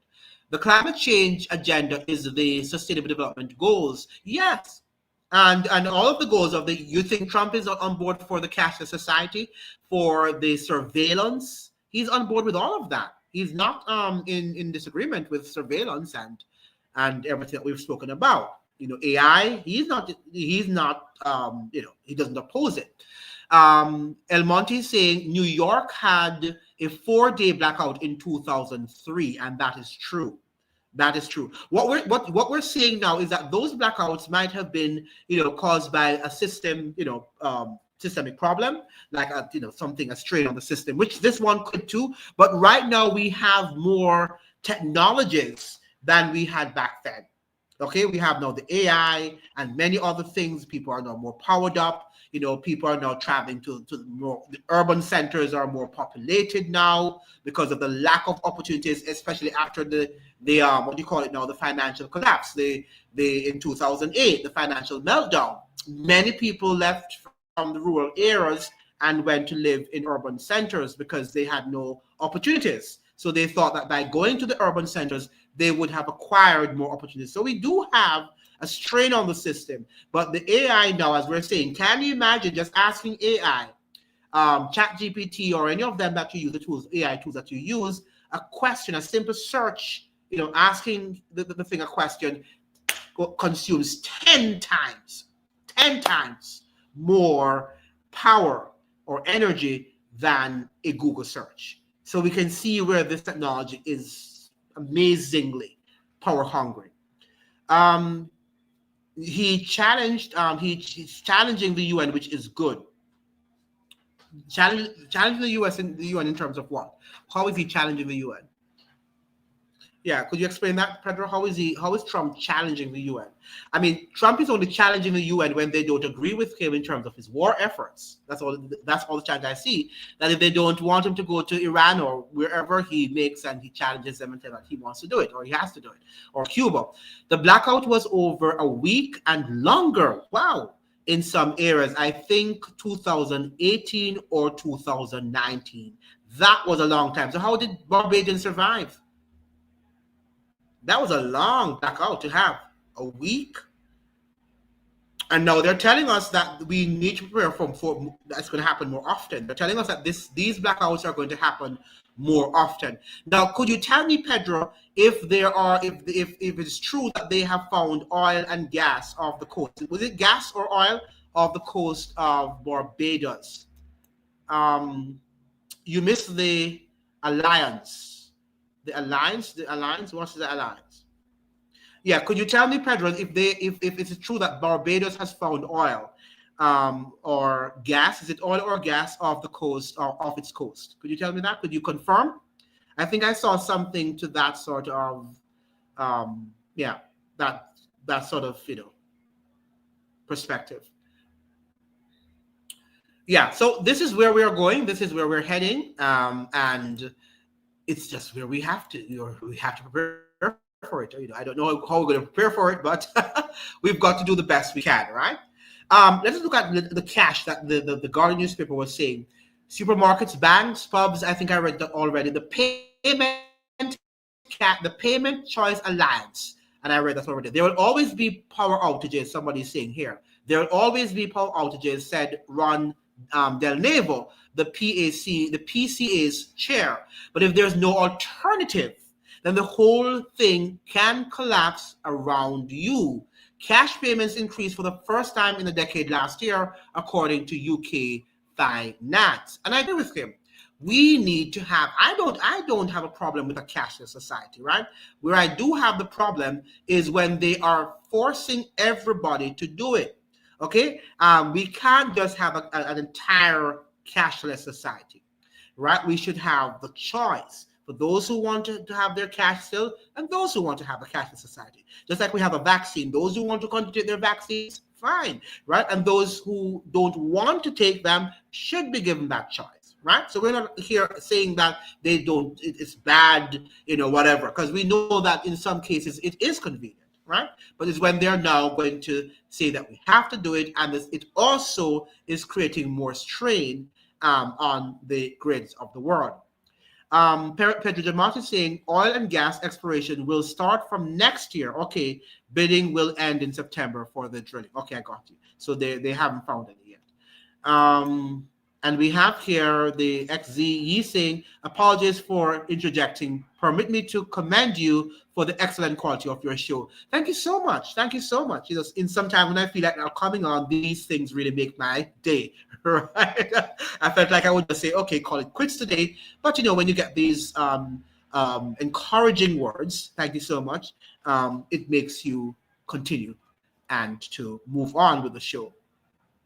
Because we never know where this is going, and I thank you guys for being also the excellent followers that you are. We're not many here, but the quality is so high that it's amazing how much I learn when I come on every show.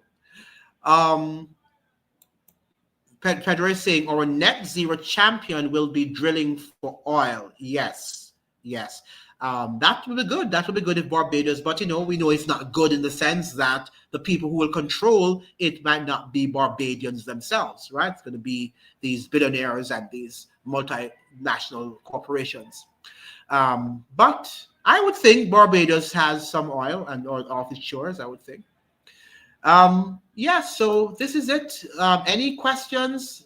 Any comments? More questions? I think it's more now that we can chat now because I think I've looked at all of the material I had here.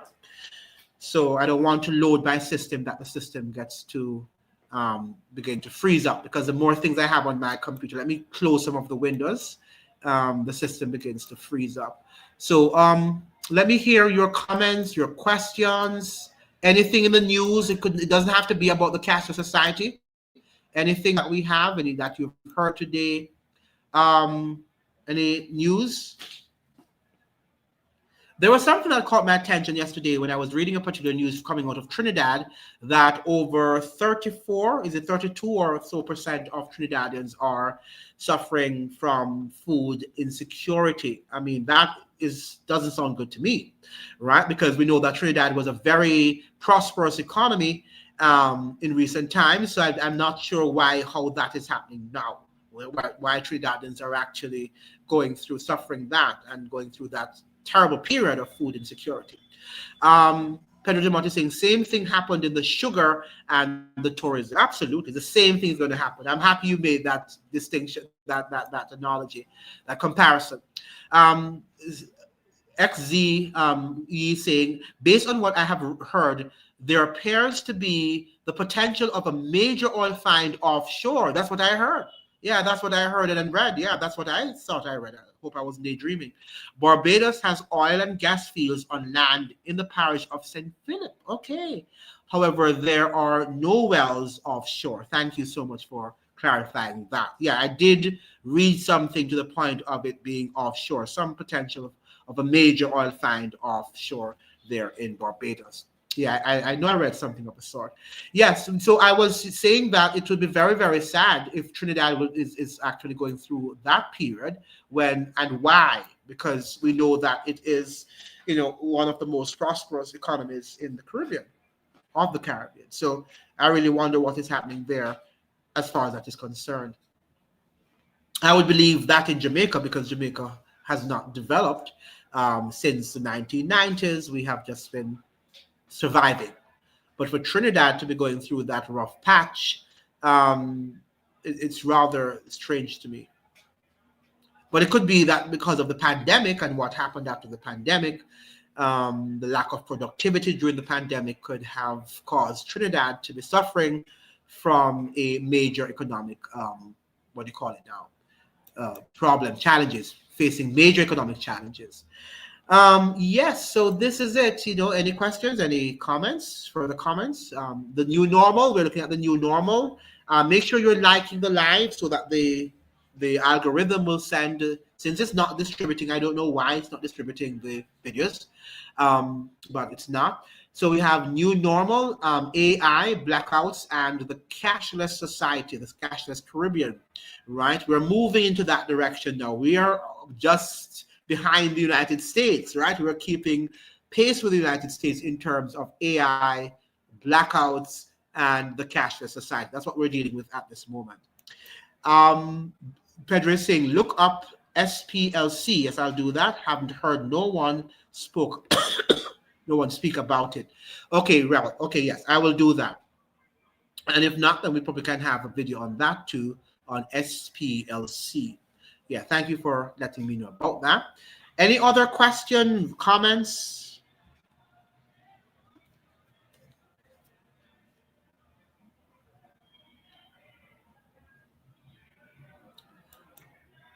Another one is, I'm going to take this opportunity to ask you this question. You, as an exceptionally informed Caribbean person, what is your biggest concern for the Caribbean and its future?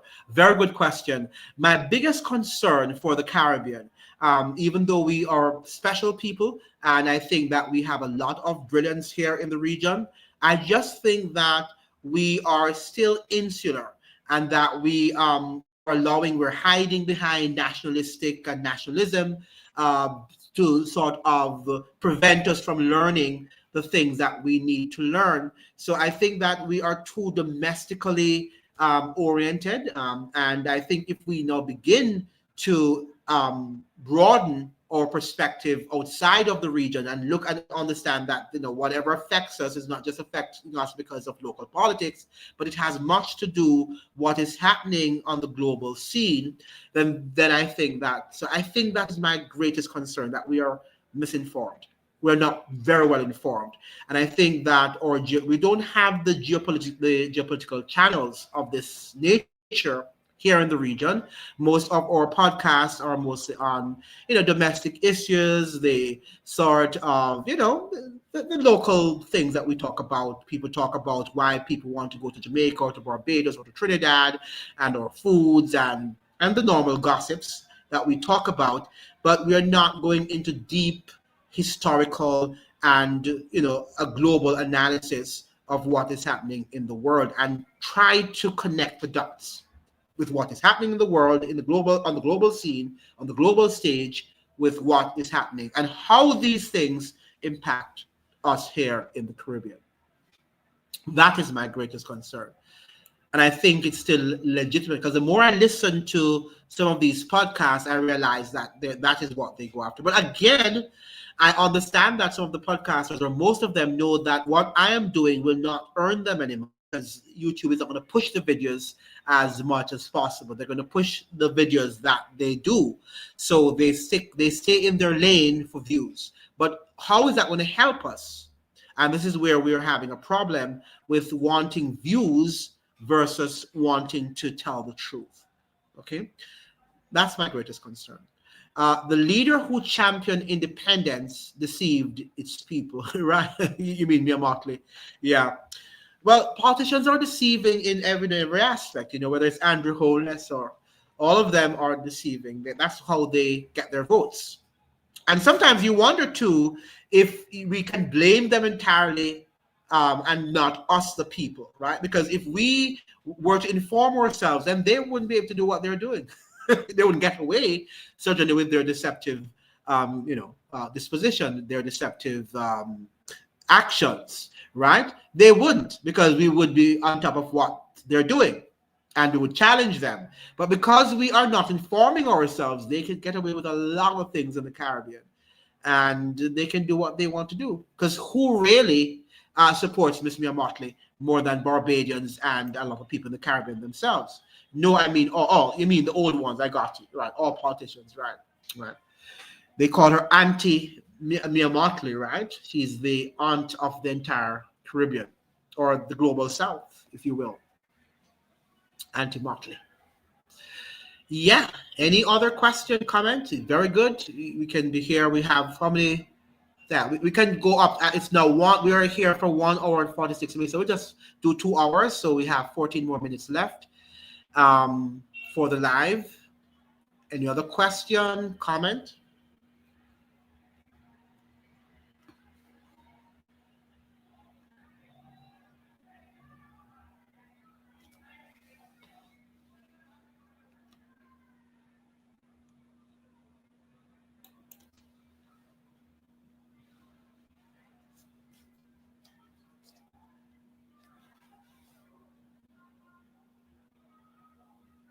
It seems like we have to find a way. I don't know how to do it. If any of you know how to do it, of getting all of us, those of us, the 30 of us who are normally here, to see if we can find a way to have our names and send out the notifications for ourselves of when the lives will be, because the YouTube algorithm seems not to be doing its job.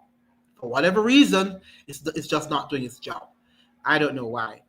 But if we could get people notified without the algorithm having to notify them, since it's just not doing it, and people are not on just go online looking for a live.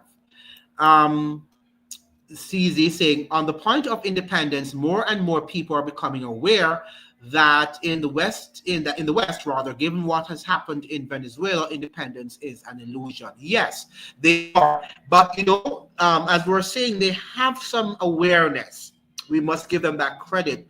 But in so many other ways, they find themselves still taking sides with powers, and these global powers are the ones which are fighting against us being independent, if you know what I mean, right? So the United States is, from a very superficial perspective, yes, is a power that is evil, right, in the world, and people will say that Russia is better, and and China, when that is not true, right? So are we replacing one global power for a next, which will eventually, whichever of them, enslave us and take away our freedoms, So that's what I'm saying. So yes, they're, from a superficial perspective, yes, they're seeing that, but it's much more layered than that. They will have to look at the entire system, that the system is rotten, whether it's in China, it's in Russia, it's in the United States.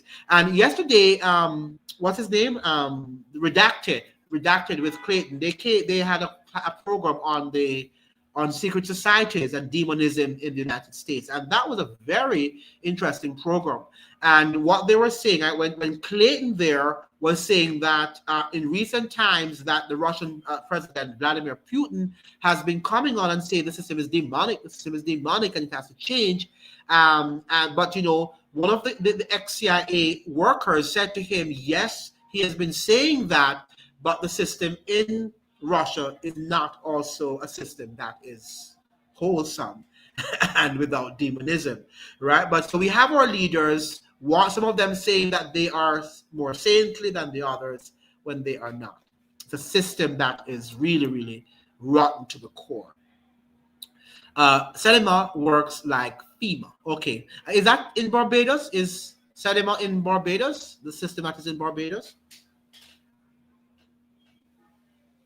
Yeah, but FEMA is much more of a militaristic sort of, institution, even though they're telling us that it's for disaster management in the United States, So yeah, that is what I see. XZ,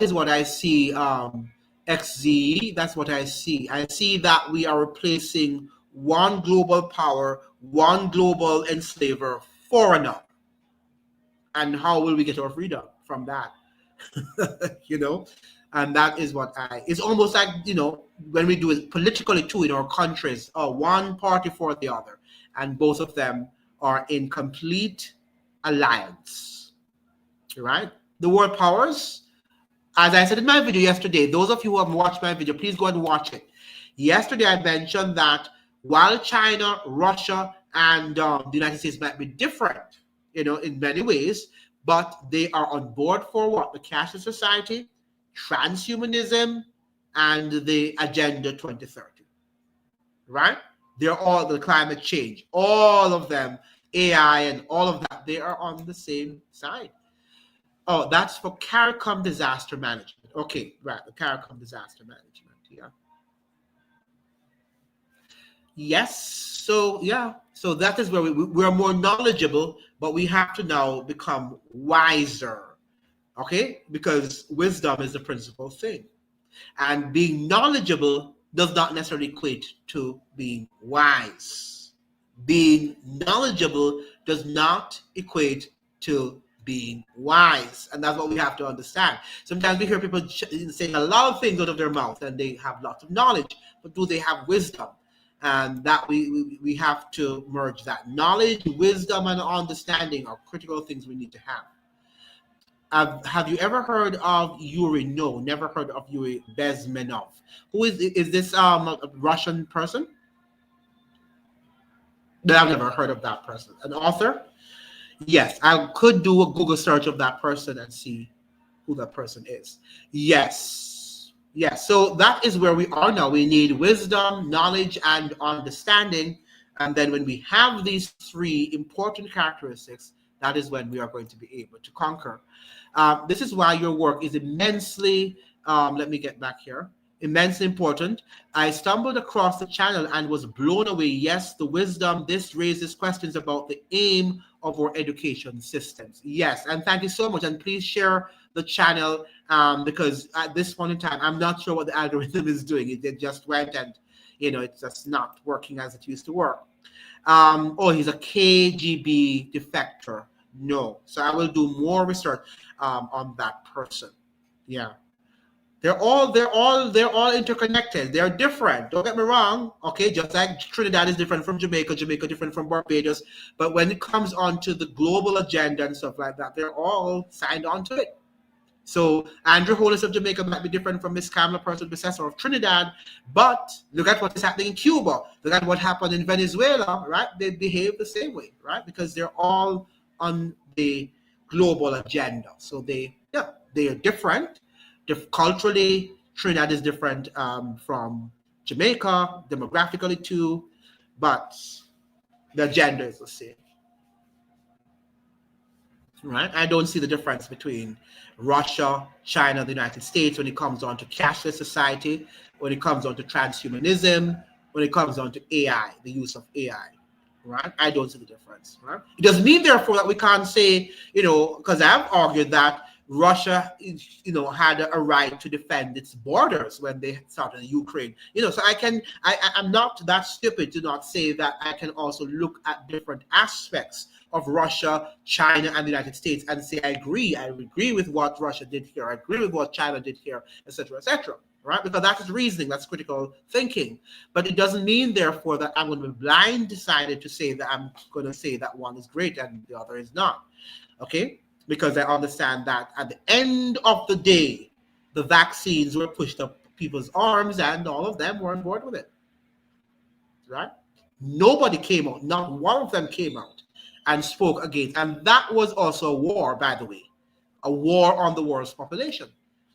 So we only see war as just having bombs and that. But that pandemic was also a war. It was Operation Warp Speed. That was the thing of the vaccines. It was a war. So that is what we must begin to understand. Any suggestion on what should be the focus of our systems of education to shield emerging generations of Caribbean people from neo-imperialism? I think that, first of all, I have to be very honest with you. If I had not been a student of prophecy, I wouldn't understand too. I must be honest with you guys. I'm not going to come here and play with you and say that I understood everything. It was because from when I was a child, I have been studying prophecy, Daniel, the Revelation. It was very difficult to understand then. But when I went to school and I began now to read around these, history and these empires, I began to understand more that, but this is what the Bible was saying, and I began to connect the dots 2 and 2. So I think that people will have to do one, they will have to have independent mind. I think because that's what I always have had, a brain that does not think as the group. Right? So you also have to develop that sort of, and I was not the best of students in terms of that. I've always challenged my professor. So you might want to be like that. I've always challenged them. I was never a student who gave problems to teachers, but in terms of my mental abilities, I would give them trouble in terms of asking them hard questions, which they didn't necessarily like. So yes, if we grow up with an independent mind, which has to come from the home environment, okay, where parents are teaching their children to have what you call a curious mind, right? Then that is how they are going to be able to withstand. But I don't think it's going to come from the school system per se, right? The school system can enhance it, but will not develop it. It has to come from the home, and parents need to understand that. If they can train their children how to think, and just allow them, of course they have to be guided, don't get me wrong, they have to be guided, and maybe too, because I didn't have much guidance because my mother died in childbirth, so I didn't have much of an adult controlling my mind when I was growing up. So it gave me a sort of situation. I think that our children nowadays are too sheltered and protected, and I think if we allow them more to find things on their own and don't shelter them too much, because the more you shelter them is the more you're also paralyzing their ability to think. Give them hard situations, even though they might live in relative calm and safety and and material wealth, better than you did. Don't always give them that environment. Send them to camps, send them to areas, to third world countries. Let them live some of that life and learn to think. that does something to their brain like nothing else will. Yes, so that's my humble sort of opinion. Imperialism, that word does get misused. Yeah. So what does it mean? It does get misused. How did you define imperialism, Pedro? Yes, that's it. That's how I think that is our base. We have to develop from the children or young that curious brain, right? Bring them out into nature and ask them questions about nature and let them give you their opinion, right? I see this mother, this young parents, and they're teaching their children how to grow flowers, to plant things, to plant a seed and see how the seed grows. It's not just going into a classroom and packing your head up with knowledge, right? In fact, I found school to be boring for even at university level. I found the school for the most part to have been a boring thing because a lot of the things I was seeing in the world and what the schools were saying were diametrically opposed, right? And I couldn't understand. And those who are studying like medicine, like people who are doctors, like Marie, and I'm sure she perhaps will be able to agree because a lot of what you see, what you learn in medicine and the human body and medication and how the human body functions is not necessarily what medical school teaches you. You can learn something, don't get me wrong, you can learn something from it, but the goal was not to help you to really help in the healing process of the body, right? By just recommending drugs. And yet still you had to go through this very difficult thing of learning all these high level calculus and the things that they have to go through, the rigors of the medical program. At the same time, they come out of school not being equipped with the tools to be able to help patients to heal, right? And that is something that is amazing. King and queen reign. Okay, that's what you mean with imperialism. Agreed. Yeah, but the evidence suggests that there is a critical thinking crisis among too many Caribbean parents. Yes, it's a crisis. Given that the transfer of those skills to children may be problematic, but it's not only with the parents, it's with the teachers too. Right, that's the whole problem. That the teaching system. Look at the CSEC, right? The CSEC, and so you have students going to school and they're doing 15 subjects. Why do you need us to do 15 subjects in one sitting, or how many sittings they do there? Shouldn't they develop? Okay, I think we should learn the big C's, probably the 5 core subjects like math, very important to learn and to master. That's very important. English, geography. Maybe we should make even geopolitics a course, a subject in school, and something else, right? Chemistry, a science subject, probably chemistry, biology, or whatever subject you want to do as a science subject. I think these are the subjects that we need to really zero in on. History should be one too. All right, so maybe 7 subjects that they should have. History, a science subject, geography. All of these are important because they need to be able to understand the world, right? Many of us don't know, where to find whatever particular country and all of that stuff, the characteristic, the history of that country. Yeah, so history and all of these things, geography, math. Yeah, but 14 subjects. But when you're going to do 14 subjects, you can't really dig deep into any of these subjects, right? You just learn the superficial things, some dates, and we memorize, we SWOT the information, right? We learn by rote. And then we go and present the information. People say, oh, you got a 1, and they think that they're bright, right? But there's not much critical thinking there. Again, how much do we even know of ourselves? How much do Trinidadians know of Guyana or Jamaica and vice versa, right? I think that we know very little of ourselves too, and where we came from. We just learned about Britain and how they enslaved us and whatever they did, right? We knew very little about America and American imperialism on the Caribbean, and how we transferred from Britain to the U.S. sort of imperialism. These things we were never told, and we should have learned them from elementary school. building, they should be building blocks. You might not go deep, but you build as you go along. And we did not learn these things, right? The IMF, the World Bank. These are things that we never, apart from people who study economics, and yet still they too don't understand it. It was not taught to I've seen economic professors at the University of the West Indies, and they still do not know what the IMF and World Bank are about, right? Or they pretend not to know. What about business? Yeah, well, business is something I think that can be honed. Yeah, can somebody teach you business, or is it something that by what you call it now, through learning from somebody, maybe doing some sort of training by somebody who is a business person, and you learn the ropes of the business? But business is not something you're going to learn from school too, is it? You can learn some aspects like accounting, probably some aspects of marketing, but I don't know if you're going to learn to do business from a school.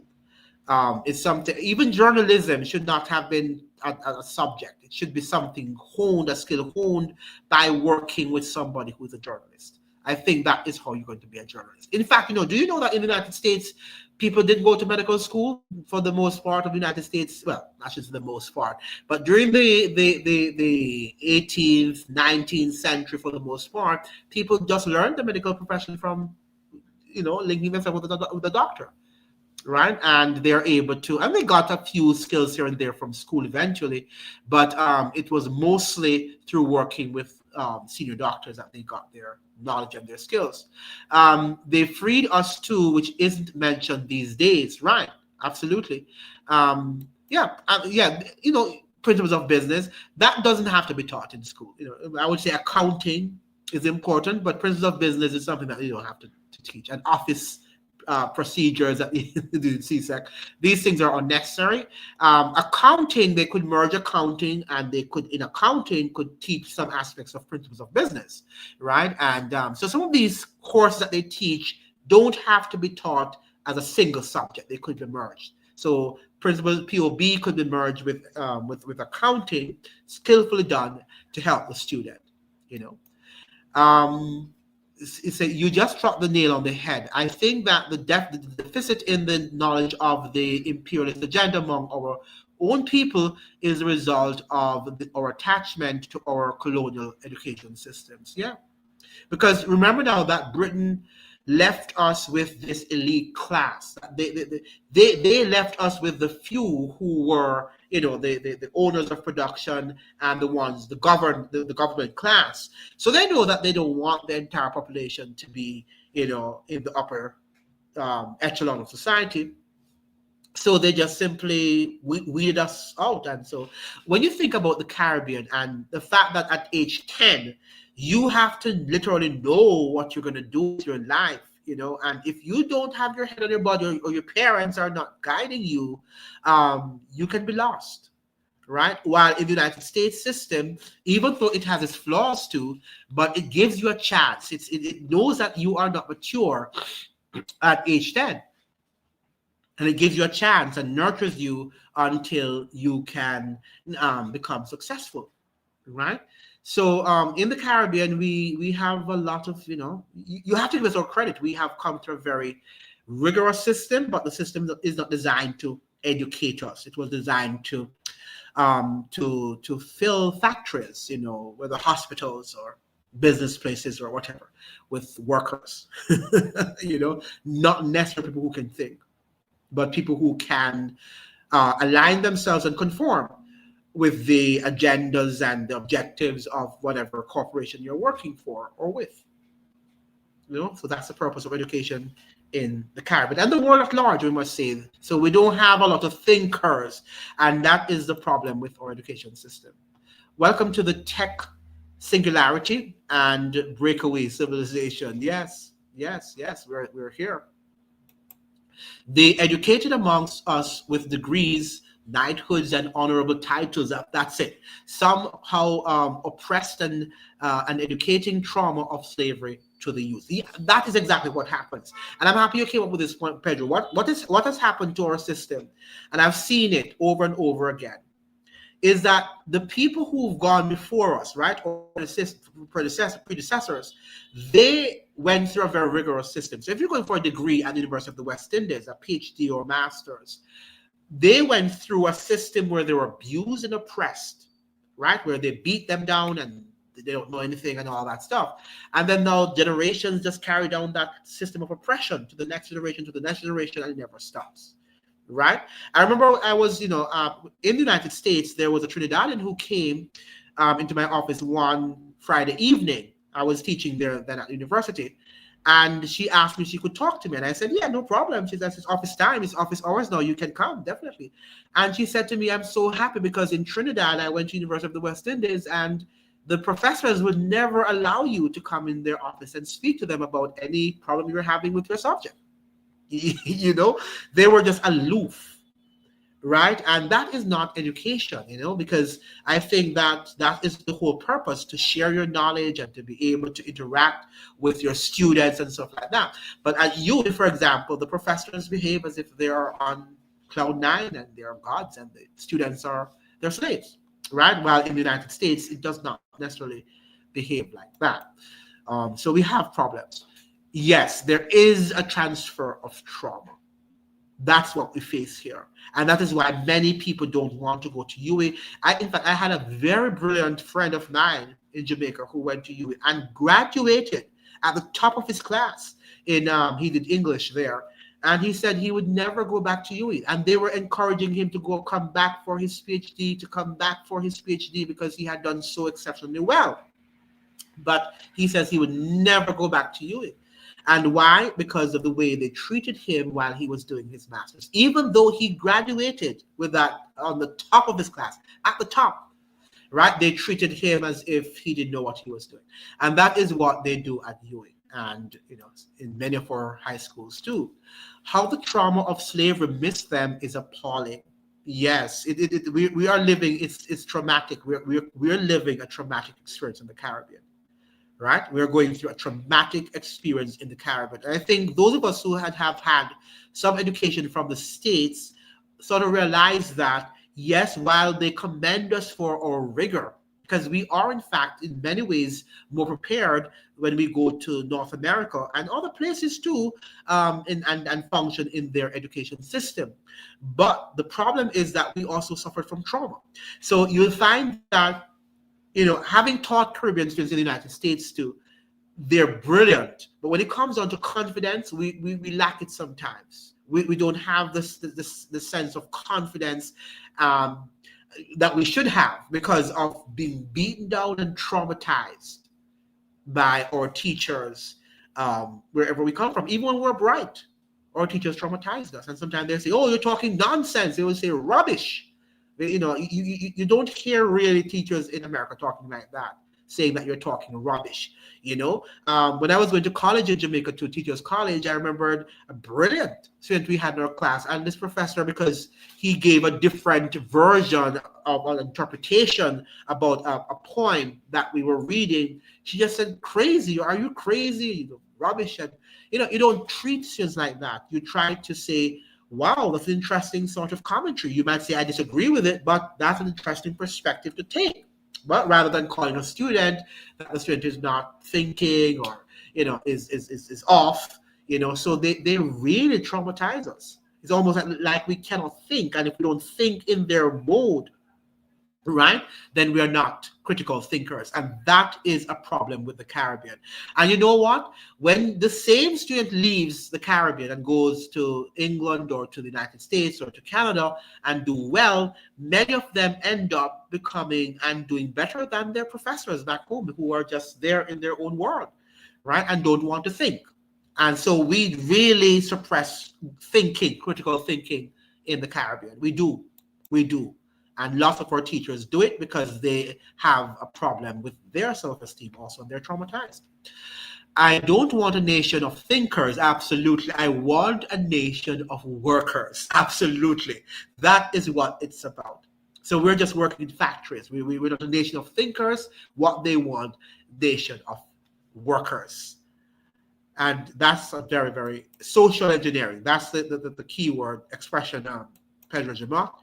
And abusers and abused are both traumatized. Yeah, we are traumatized, even if they do not know or acknowledge it. Yes. So many of our Caribbean students, when they're at university in the States, they're very, shy in some cases until they get to know the system well, because they don't want to come off as being rude or opposing what their teachers are saying and stuff like that. And while we in the Caribbean, we have to really, well, I didn't do it, and that's why I was never from that perspective. I would challenge them. I wouldn't care what they want to say, but then sometimes you suffer the consequences for challenging them. Hurt people hurt, yes, absolutely. Yes, but many Caribbean academics and intellectuals regard their higher education achievements as an elitist distinction. That's the whole point, setting them apart from and not as something to be shared. Right. And sometimes their students are brighter than they are. And that's what I'm saying. I've seen, growing up in the Caribbean, students being sharper than their very professors. And their professors don't want to acknowledge that. And that's the problem. Sometimes you're going to find, as a teacher, you're going to find a student who is better than you are. Right?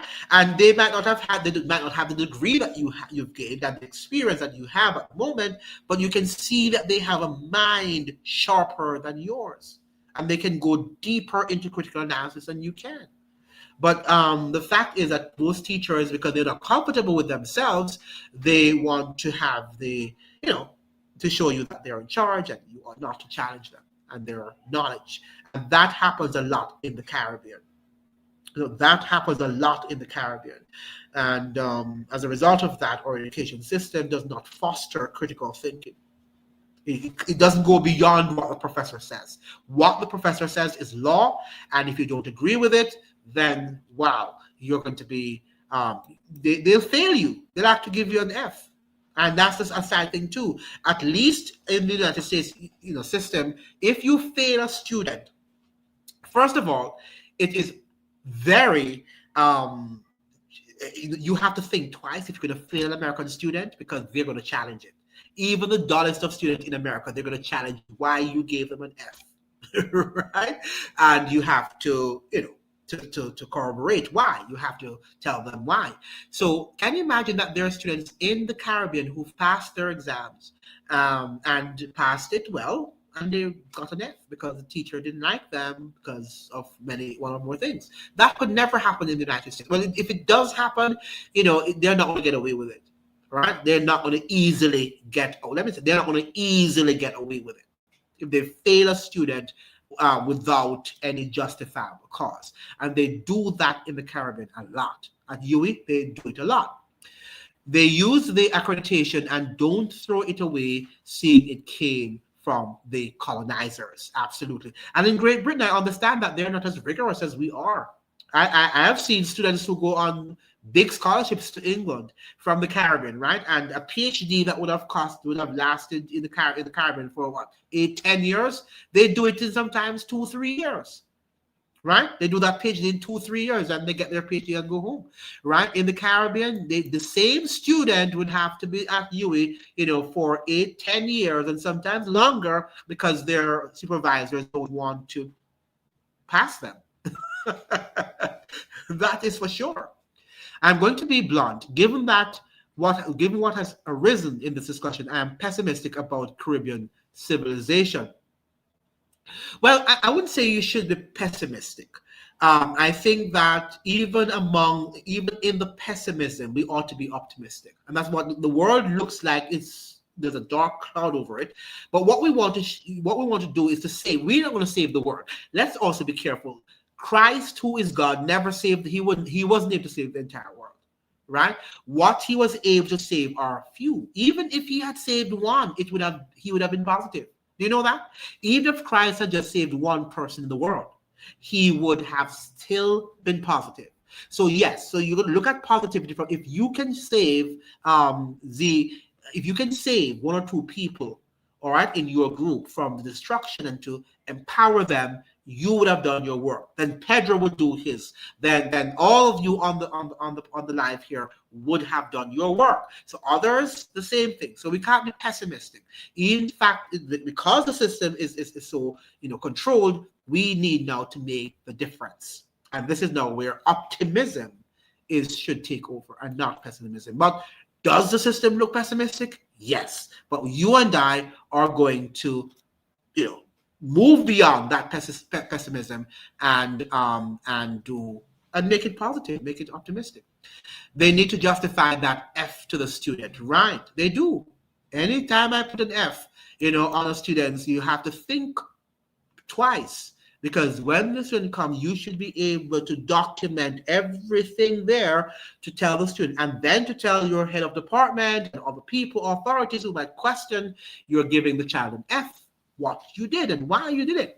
In the Caribbean, it's just an F. Just an F. Our pop culture has been curated to dumb down the masses, and even what we perceive to be authentic Black culture operates like a mind virus to stunt our development. And that is true. That is true. Because, we talk about Blackness, which is something we should talk about. But sometimes we also limit the standard. We lower the standard, I should say. So you find, for example, at Black universities, Black students come to Black universities in the United States, and they get away, some of the things that they get away with, they would not have gotten away with the things that they got away with at any major or predominantly white university in the United States. And I saw that many times. They would not get away, and they would have also exhibited much more effort had they attended a predominantly white institution. So you find, yes, sometimes we use Blackness as a way to dumb down our intelligence and to say, oh, I'm around my Black people, so it means therefore that I can do anything because they will accept me and they will tolerate what I'm doing. And that should not be the case. Just like your own children, you should own your children to high standards, not because they're your children. You should, try to pet them and make them, oh, I don't want to hurt their ego. Then eventually, if you don't hurt their ego, somebody else is going to do it, right? And that's the whole point. We have lowered the standard because we think that Blackness and Black culture is synonymous with being cool, right? And that is what is affecting the region and the world at large. Well, luckily in the Caribbean, we don't have a Black and whatever culture. We, for the most part, they treat you, yeah. I'm not saying now that sometimes the Indian might not be treated better than the Black and the person who has, a lighter shade. Sometimes it does happen. But for the most part, we don't have a Black and white culture as the United States does have. And they associate whiteness with, intelligence and standards, while Blackness is associated with, a lower standard and, low-end achievers. So that is good for the Caribbean. But it doesn't mean, therefore, that the system that traumatizes us doesn't, is not equal to the same thing that Black people go through, in their culture too in the United States. Because we're traumatized. We are traumatized people. You're right. So let's now use our knowledge, let's use our wisdom and our understanding to change. What we're doing here is helping to change the mindset in the region. But never believe that you are going to change the world. If you do that, then is when you're going to become pessimistic.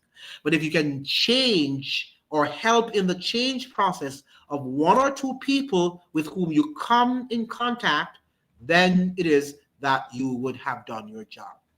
All right? But we can't take on the world. Don't take on the world. And sometimes I'm also guilty of doing that. So when I don't see like 200 people on the live, or you don't see 300,000 people on the live, you think that you're not successful. Because we associate success with numbers. But we have to look at the quality. And that is what we need to be able to analyze. So yes, Z, I'm not suggesting here that you should be pessimistic. Oh, I have comments here, and I'm not reading them. In Plato's cave, the escaped prisoner who goes back to free his mates gets threatened by them because they think the myths are reality. Absolutely. And that's excellent. Yes, absolutely. And then we have here, let me go down to the Thomas Sowell, I like him, termed it redneck culture. Absolutely. And we have, I tell them, come on out of Plato's cave. The weather outside is frightful. I used to say to my black students at Howard, when they complain about white people and white people is not doing this and white people is holding them up, I would say, when they don't come to class, I said, did the white man tell you not to get up in the morning to come to your class? Right? Some of them would not come to class.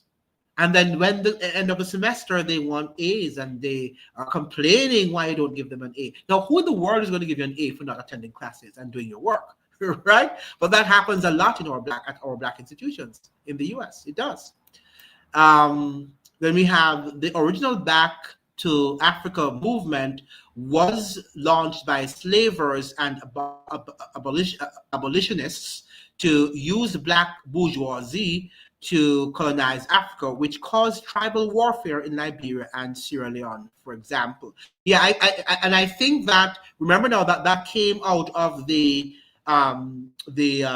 Civil War thing, and Abraham Lincoln was trying to send back. Many whites didn't want blacks to live in America, because one of the things that was very interesting in the Civil War was how many of some of these white people, right? They said they were like anti-slavery and they spoke against slavery, but at the end of slavery, they didn't want to see so many black people living in America, right? So they were pushing for this sort of that black people would leave the United States because they could not envision black people living in the United States on the same footing, right, and being equal to them. Do you see how life is interesting and how people behave and how they think? Right. Given that, I do believe that, like all cultures, the more positive side of Caribbean culture is a global force. We have, yes, and we do have a lot of excellent things about us, as I'm suggesting to you. When you go to the United States and abroad, I mean, our Caribbean students shine, right? Even some people that we say might not be very smart in the Caribbean, they go to the United States and they shine because of the discipline that we bring there. We understand that nobody is going to give us anything. We understand that we have to work hard for whatever we are going to get. And nobody's going to give you an A because they think that you're good looking, right? You have to work for your A. And a lot of black people in America, especially when they're at black institutions, think that they deserve to get A's and to, for you to just give it to them on a silver platter because they're black. We don't think like that. So those are positive things: the discipline, the self-awareness, the self-esteem that Caribbean people have is second to none. And that we see people as people, and we don't see white or black people or whatever because we've grown up with people of different ethnic groups. Then it makes us more people-centered and more humane, if you will. Right? So there are lots of positive things in the Caribbean, and we should embrace them, The extended family structure destroyed our civilization. Would you say the extended or the single parent? I don't know the extended family. I think the extended family system is good. Maybe the nuclear system was not the best. It was good, but maybe it's not the best too. The extended family system, though, is very good. You have the grandmother and the grandfather, and passing down the values to the children and the grandchildren. Example, Harlem Renaissance narrative has been used as a form of black exploitation, where one Eurocentric org hired the black artists that we learn about today as our heroes. That is Harmon Foundation. Yes, good point here. Andrew, they were black slave owners in the United States. Yes, they were black. And everywhere we had black slave owners in the United States and even in the Caribbean as well, right? Remember now that some of our black people were able to buy their freedoms and they got their liberties, and some of them traded in. That was the thing to do, and they traded in slaves, right? Just like how people trade whatever they do, and it might not be ethically and morally right, but they do it, to earn money, to get money. I think the extended system is what we should have kept. Absolutely. That's what I'm saying. And I think that the extended system, the problem with it, and all of them have their flaws. The extended family also has its flaws where sometimes the grandparents may want to take over what the mother and the husband are doing. So that it has its flaws too, but at least the community, if they like were living not far from each other and they still were, actually, they connected with the family.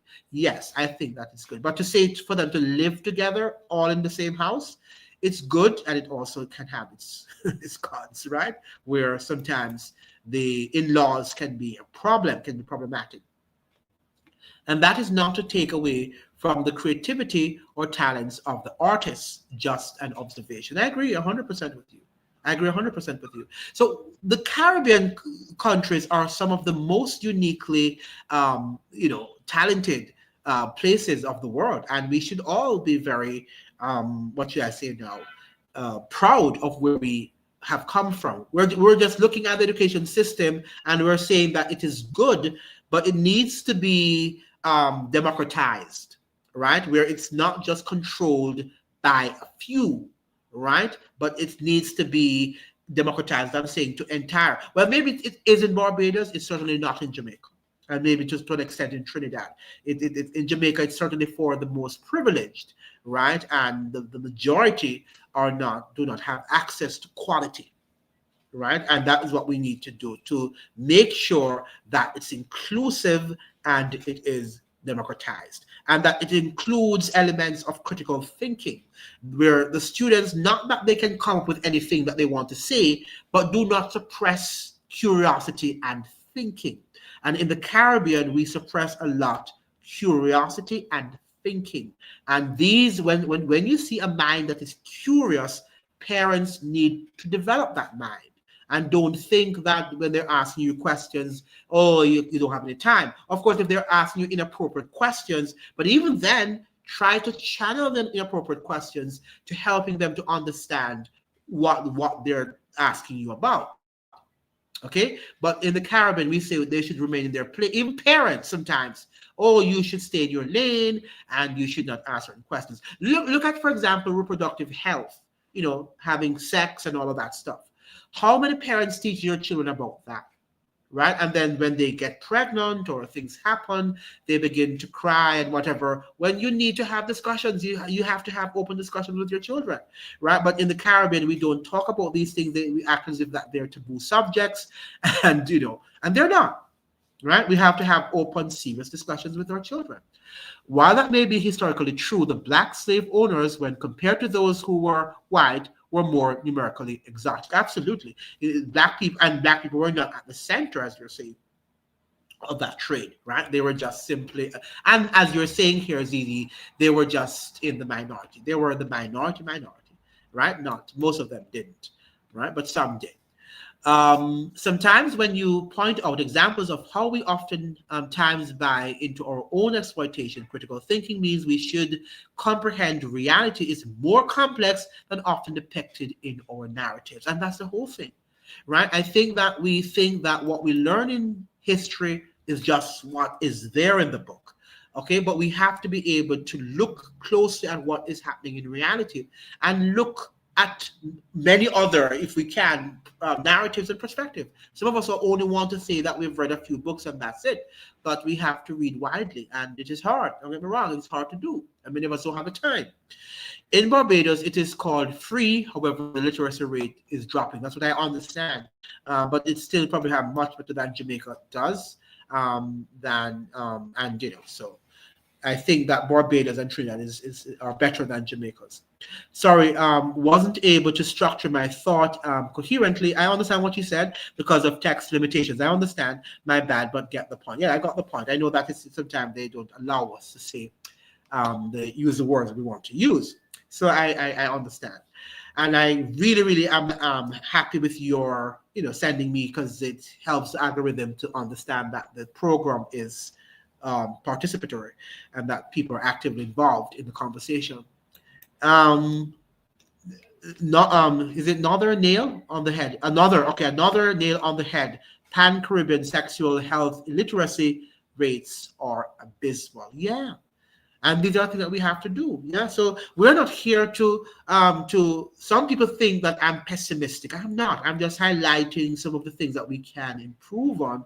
But maybe, yes, maybe we need to come on and talk about positive things that are happening. And but the fact is that the things that are good are so much covered up by a lot of pessimism too. As we're saying, we have good quality education system, but the system is not designed to help us to think and to allow us to think freely and independently. And that is what I would like to see. um, what is sexual health? Yeah, we're not here to talk about their agenda, because there's an agenda where they want to tell you about, two parents can be two women and two men or whatever. That's all we're about. We're saying that sexual health is telling them about that sex is a part of the human body, right? And the human relationship. And then you can talk about age when it's appropriate, right? You can talk about the body and how the body's relationship to sex. But you see, when you just using the word sex, if you talk that to your parents, they're going to get berserk, right? Because you should never use that word to them. It's almost like it's a taboo. It should never be used. And also in school. But if the students are not educated, then how are they going to be able to navigate that part of their being, right? Because that's a part of the human experience, right? Isn't it? Full language literacy is about more than just reading grammar. Trivium liberal arts included logic and rhetoric too. They removed logic and call it language arts. We wonder why we can't think. Absolutely. And philosophy. We should be learning some things like these so we can look at things logically and coherently. And that's a problem that we're having in the Caribbean too, and the world at large. I asked, what is sexual health? And you're telling me of the family structures. I don't understand the family structures. I'm saying that in schools, if you go to school and you're doing biology, and they're teaching you about estrogen, and they're teaching about the menstrual cycle of women, and they're teaching about your testicles and all of that's what I'm talking about, sexual education. And I'm not talking about the family structure. It has nothing to do with family structure. Of course they can teach it at home too, but yeah, I think that can be taught at school too.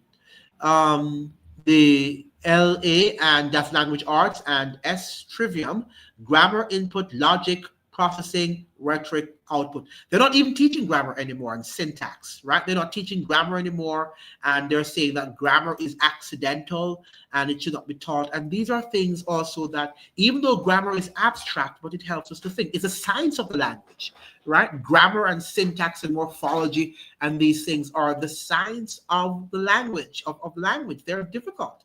And, and parsing sentences and so forth.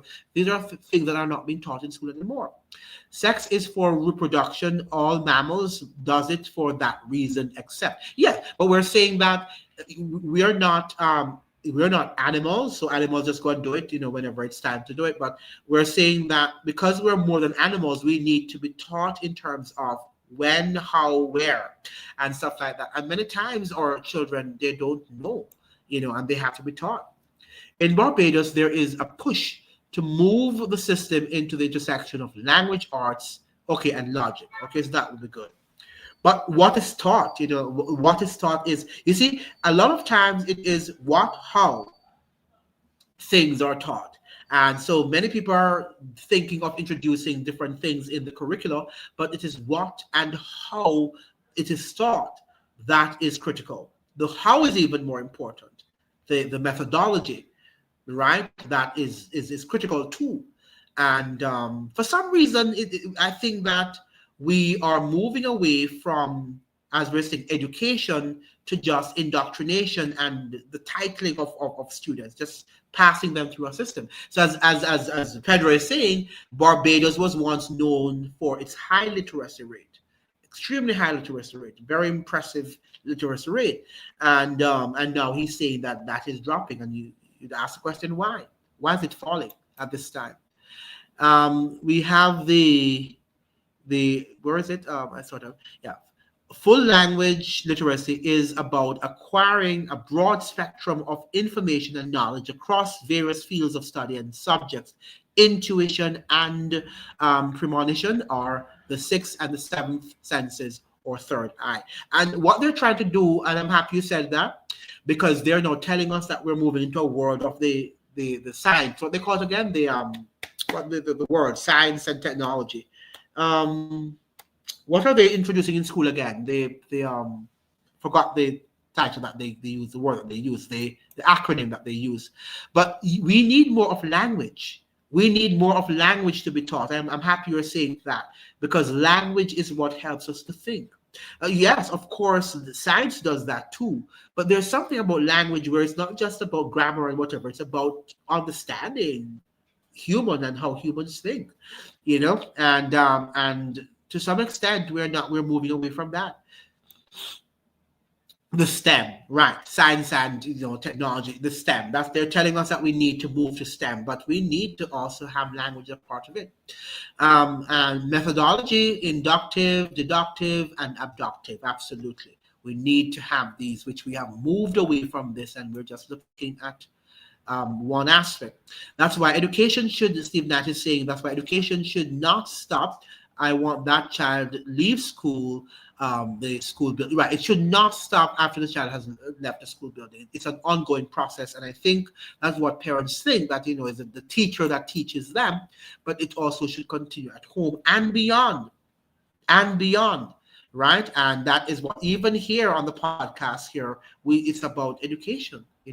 Humanities, right? The humanities are what we're lacking, and we need more of the human. That's why we are no longer humane. People think about relationships based on the money that you have and the status that you have. And if you don't have the status, you don't have this money, they're no longer going to talk to you, because they think that for some reason you're no longer in their circle, because that is the lack of humanity.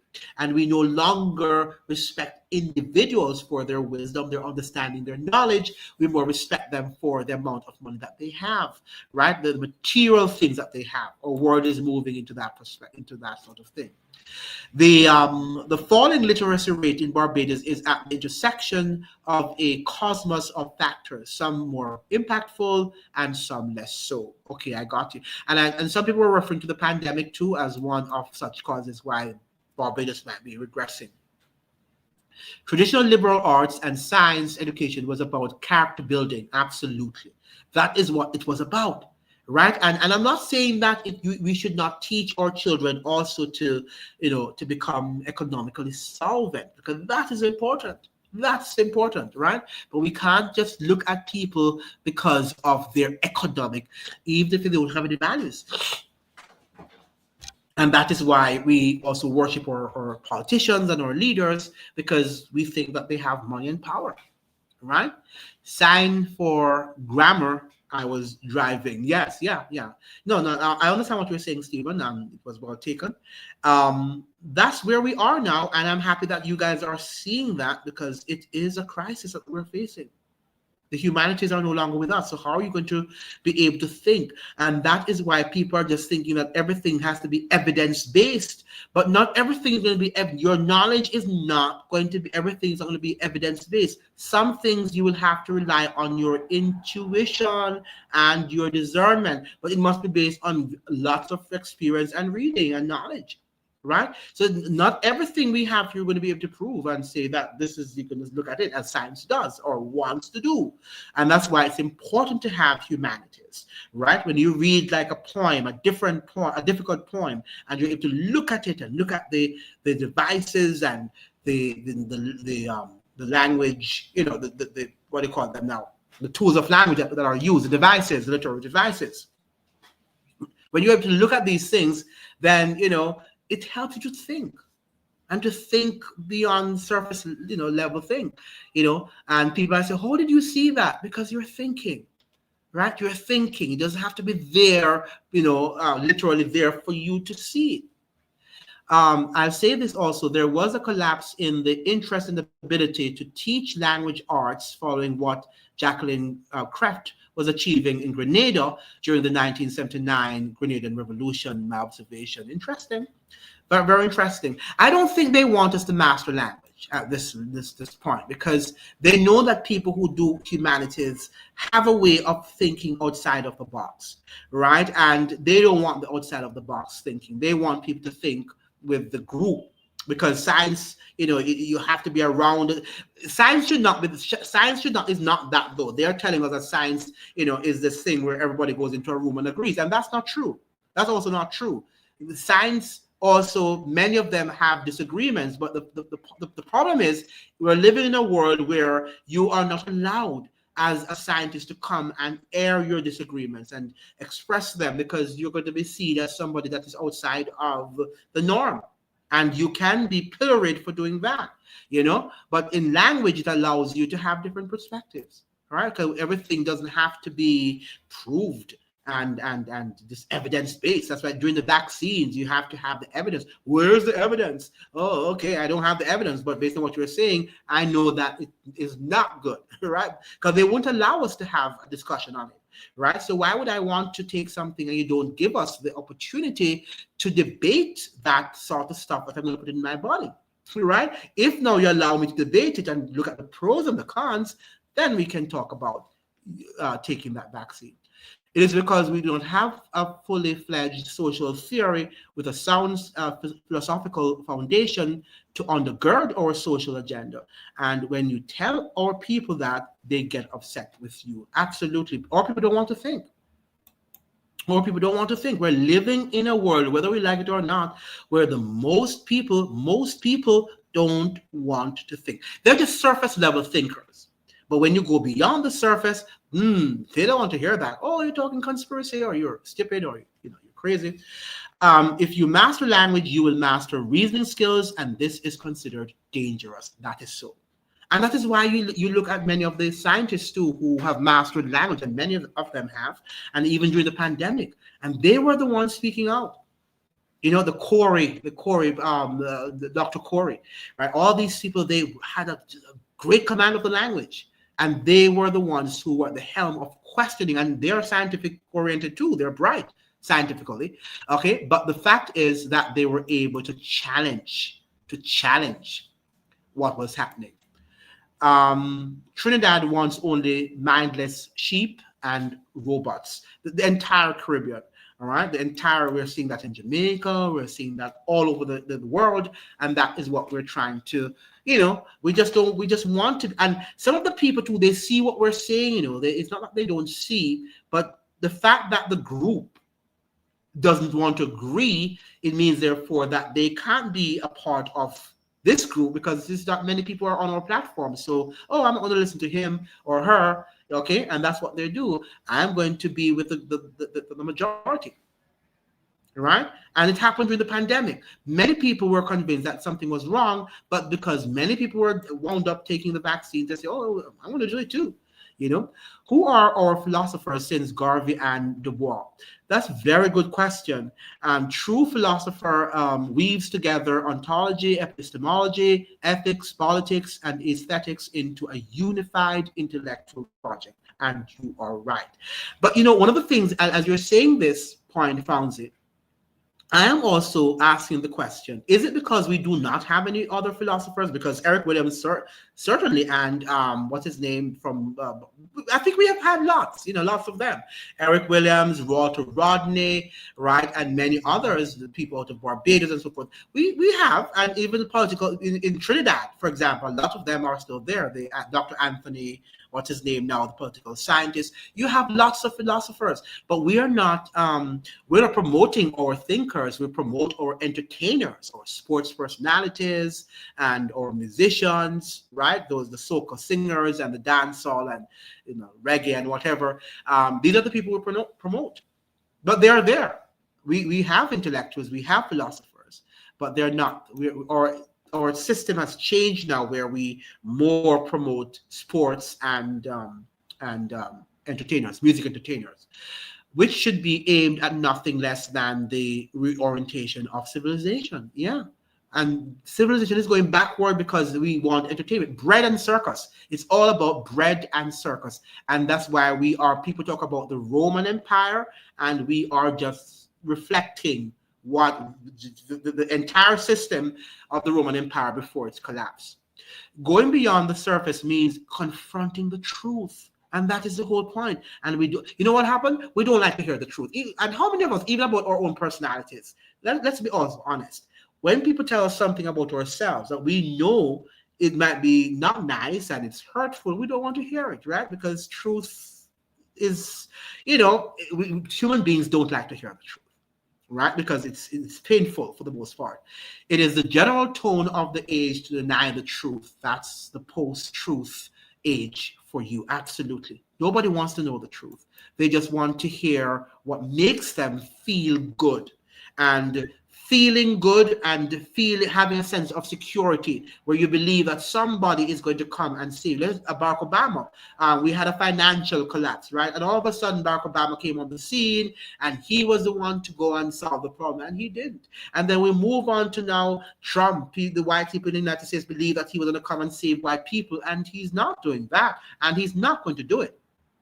Right? But for somehow we have to have some savior who's going to come to save us from whatever, problems that we're having. Human beings don't want to solve their problems. And that's the point. We've moved away from a problem solving age where we're just dependent on our rulers, the powers that be, to take care of us, right? Cornel West, he's also a philosopher, intellectual. Cornel West is an intellectual, but not weaving together the core areas that I previously named. He is also too deeply political. If Cornel West could just remove himself from the politics of being a Democrat or whatever, I think he could offer a lot, as you're saying. He knows and he understands, but somebody pays him, I don't know, he probably gets promotion. He does not want to unmask the political system, but he knows. He's not a stupid by any stretch of the imagination. He's a philosopher, we can say. I mean, he speaks eloquently and he does express whatever points he's bringing across quite, well. But the fact is, as you're rightly saying, he's too political, and I find him to be too democratic. He's on the Democratic side, and he fails to realize that the Democratic Party is as corrupt as the Republican Party. Yes, I think we have a promising philosophical tradition, but we do not teach about them or their work in schools. Yeah. I went to America and learned more about Marcus Garvey than I learned in Jamaica. You just knew that he was a national hero, but I never knew about the movement and what he did in all these countries. Why? Because, I guess Bob Marley and the DJs are more important than Marcus Garvey. Those persons you mentioned weren't Fabians. These were Fabians too. We have to look at the Fabianism, that Fabian philosophy and so forth in one of these chats, in one of these lives. Our bourgeoisie talented temp have settled with assimilation, and our so-called black nationalists are too romantic, idealistic, without addressing reality. I love this. I never even thought about this from this perspective. The talented 10th, you have talented 10th, and then you have the nationalistic black people. You are right. And how well you have, I must copy and paste this because this is beautifully said. All right. And you've put them, clearly into the right boxes because, yes, all these black nationalists, sometimes what is their agenda? And don't get me wrong, I'm a proud black person, but you have to speak the truth where the truth is. Listen to the media, and Steve Knight is saying, and the president, all we hear is dribble. No one wants to tell the truth. Absolutely, because that's how they control us. That's how they control us, and they're controlling us well. Is this live feed on every Thursday night? Please confirm. I do not do them. Do you want us? I think I want to have a live session where we can say this is what we have. Yes. Normally we have one on Sunday. So this Sunday we have one coming up on the Roman Empire. Normally I try to have one on Monday, and yes, on Thursday we'll try to have one. So let's stick to Sunday, Monday, Sunday, Tuesday, not Sunday and Monday, but Sunday, Tuesday, and Thursday for lives. All right, let us stick to those dates and see what happens. Yeah, so that's what we will try to do. It's easy. Hopefully you'll come because I'm willing to come. I could have live 3 times per day. I love these. I love doing it. I love talking to you guys, but you have to come. And when you so check the channel frequently. That's what you need to do. Check the channel. If the YouTube is not going to send you the thing, so check the channel frequently and see what's happening on the channel, because I am always giving video every day. There's a video on the channel, and then you'll know when I'm going live. Mr. West, Dr. West does not like to speak about the liberation of Palestine either. He speaks against them, in fact. I thought he talked about them, but maybe not in the sense, because remember now he teaches for universities. I think he still teaches at, where does he teach now? At is it Princeton that he's at now? Yeah, he can't do that now, because if he's at school at Princeton and one of these elite institutions, they won't allow him to speak against what Israel is doing in Palestine. Certainly not. That's another thing. The education system controls what we say and how we think, even in the United States. So if you are at school right now, Harvard, Yale, Princeton, Columbia, you will not be allowed to speak against what Israel is doing, because Israel and the Zionist people, they control these institutions. Why Egypt don't speak? Why they close their borders to the Palestinians? Because they're on the side of the United States. It's obvious that they're on their side. Remember now that being Muslim, it doesn't mean that you are on side, you're supporting another country, another predominantly Muslim country, right? Being Christians don't mean that you're supporting another predominantly Christian country. This is political too. It's not about religion. It has to do more with politics than religion. Religion is at some part of it, informs what is happening in the political realm too, but it is more politically driven. The Divine Nine and other fraternal organizations like the Masons and our bourgeoisie who become our political leaders, many of whom have sold us out. And that's what they're doing. They're all part of these secret societies, and they sell us out, for sure. Okay? To stay in power without accountability and blame the white man, right? The whitey, right? Well, the whitey controls them too, so it's connected. The whole system is connected. On that topic of the American political situation, which is the better of the two evils, the Republican Party or the Democratic Party, Sunday, Tuesday, and Thursday. Thank you so much for joining and yes, we're going to discuss these two on Sunday, because when we're going to deal with the eastern part of the empire, and I wonder what's his name today. I haven't seen him. He was the one who suggested that topic that I'm going to do on Sunday about the eastern part of the Roman Empire and the western part. Please make sure that you set your clocks for the notification for the topic on Sunday. Black nationalists speak about so-called Pan-Africanism as a slogan, but can't comprehend that the concept is used for the different agendas.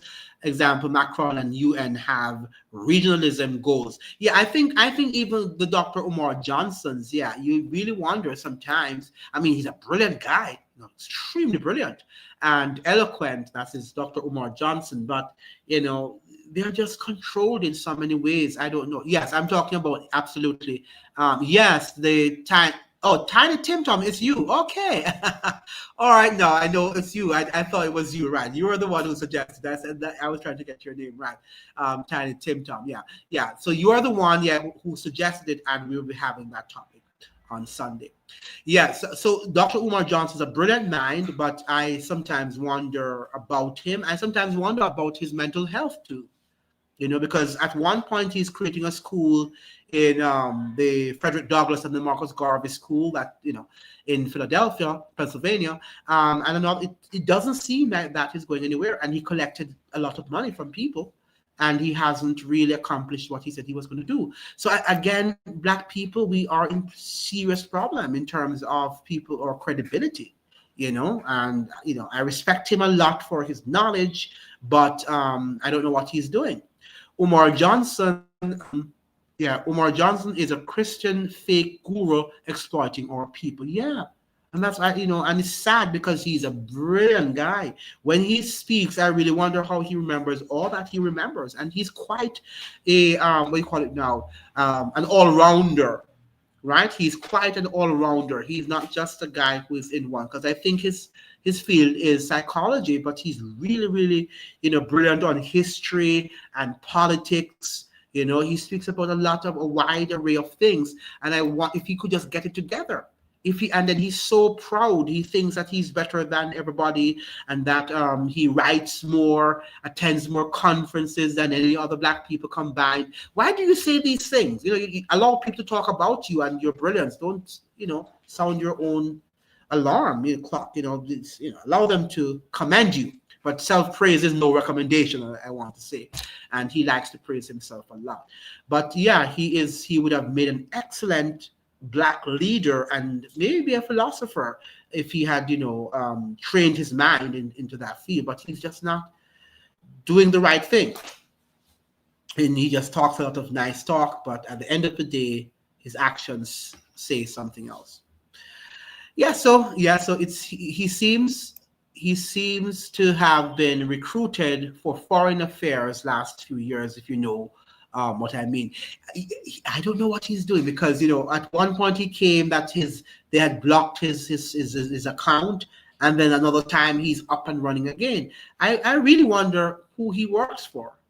I sometimes I have to wonder, for whom does he work?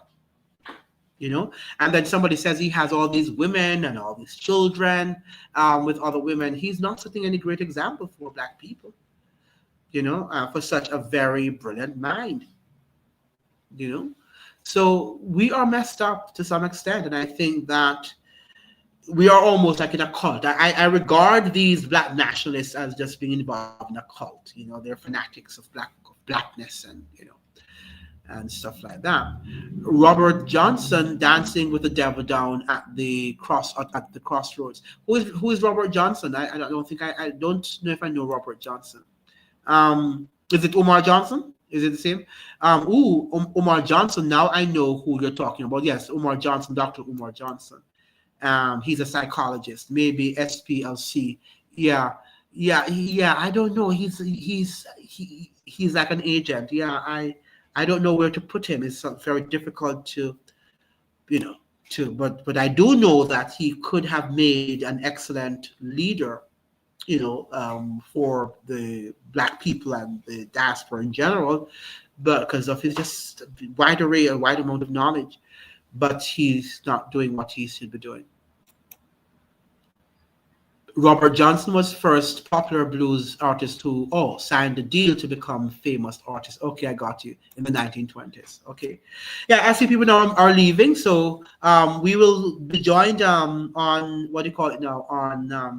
On Sunday, when we look at make sure you save the live when we look at the Eastern and Western Roman Empire.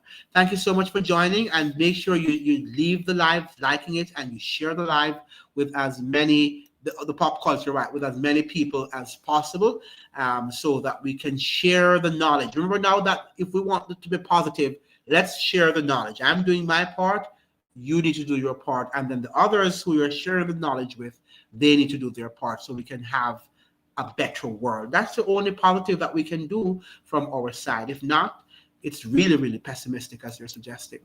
I hope in some future live event we can expose, let me see what the concept of masculinity construct. Maybe we can do that for next week Tuesday's live, because I want to do what you want to do. And since Tiny, always forget your name, you suggested that live for Sunday. So now we have ZE is suggesting the live that we have a masculinity discussion on next Tuesday when we have our next live. Wonderful discussion. Thank you, and wonderful participation, active participation. Thank you so much for joining, and we'll see you on Sunday. Share the live for Sunday. Go on my channel and share it with your friends so we can have a good live on this Sunday coming. Thank you so much for joining. Adios.